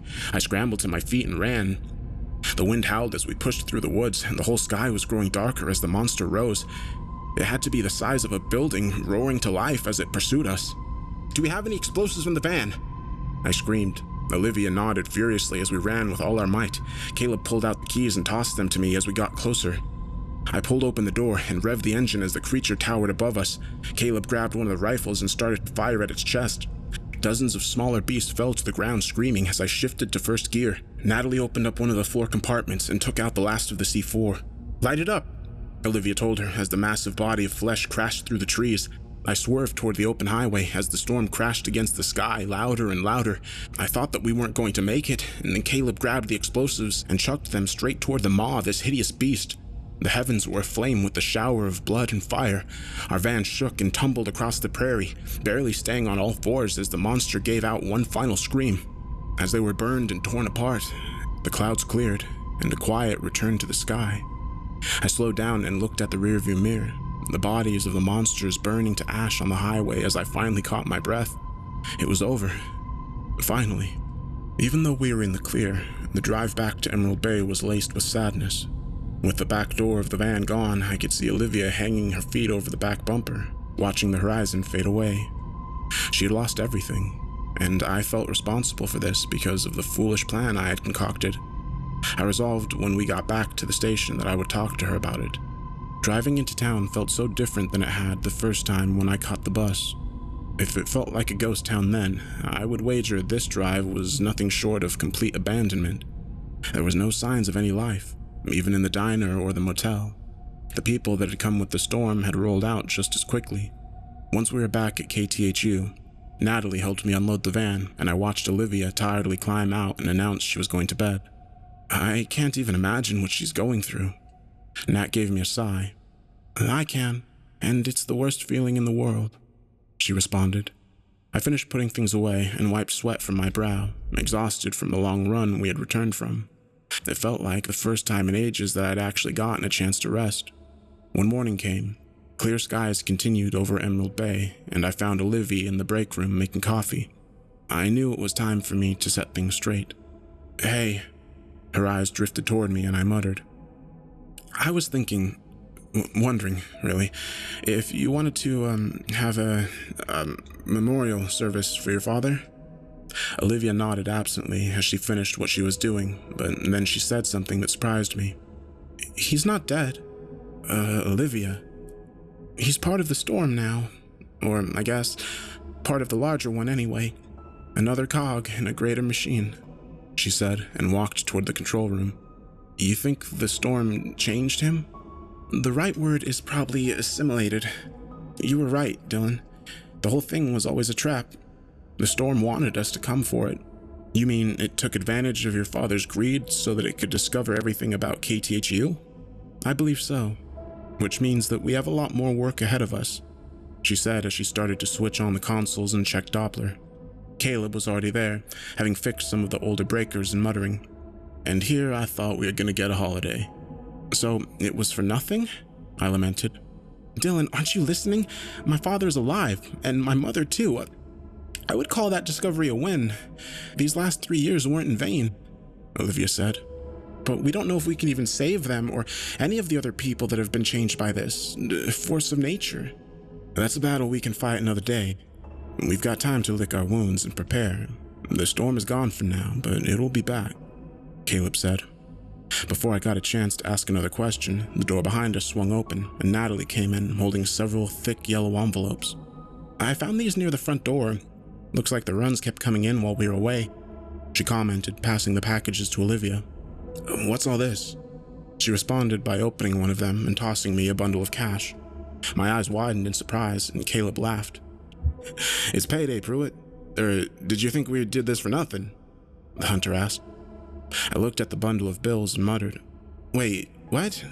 Where does all this come from?" "Don't know. Dad didn't know either. It just shows up every week, and we use the funds to keep the station running and our bodies warm and well-fed," Olivia responded as she counted it all up. "And you never see who delivers it. I mean, it's an anonymous drop," Natalie said with a shrug. "Well, I guess that answers one question." I muttered. Yep, Channel 46 is full of surprises. Caleb laughed as he yawned and added, I'm headed to the bunker to get some sleep. As he left, I turned to Olivia and commented, It seems like every time I learn something, it just gives me more to ask. You get used to that, she said dryly. Generators need a chance to recharge. We're going to need to start testing different frequencies out. It might need more power, she muttered as she started to get to work. I set the money down and offered to help. I don't think we can get this all done alone, Olivia admitted. Natalie was watching from the steps. I could run another ad. Maybe we can scrounge up some help, she suggested. I reflected on the last week or so, all the things I had seen and experienced as a member of this crew. That's not a bad idea, Olivia agreed. Okay, what do you think it should say? Nat asked. Neither of them seemed to know for sure, so I offered a suggestion. Seeking help at Channel 46 for unique storm chasing. I paused and gave them both an awkward smirk. Some experience required.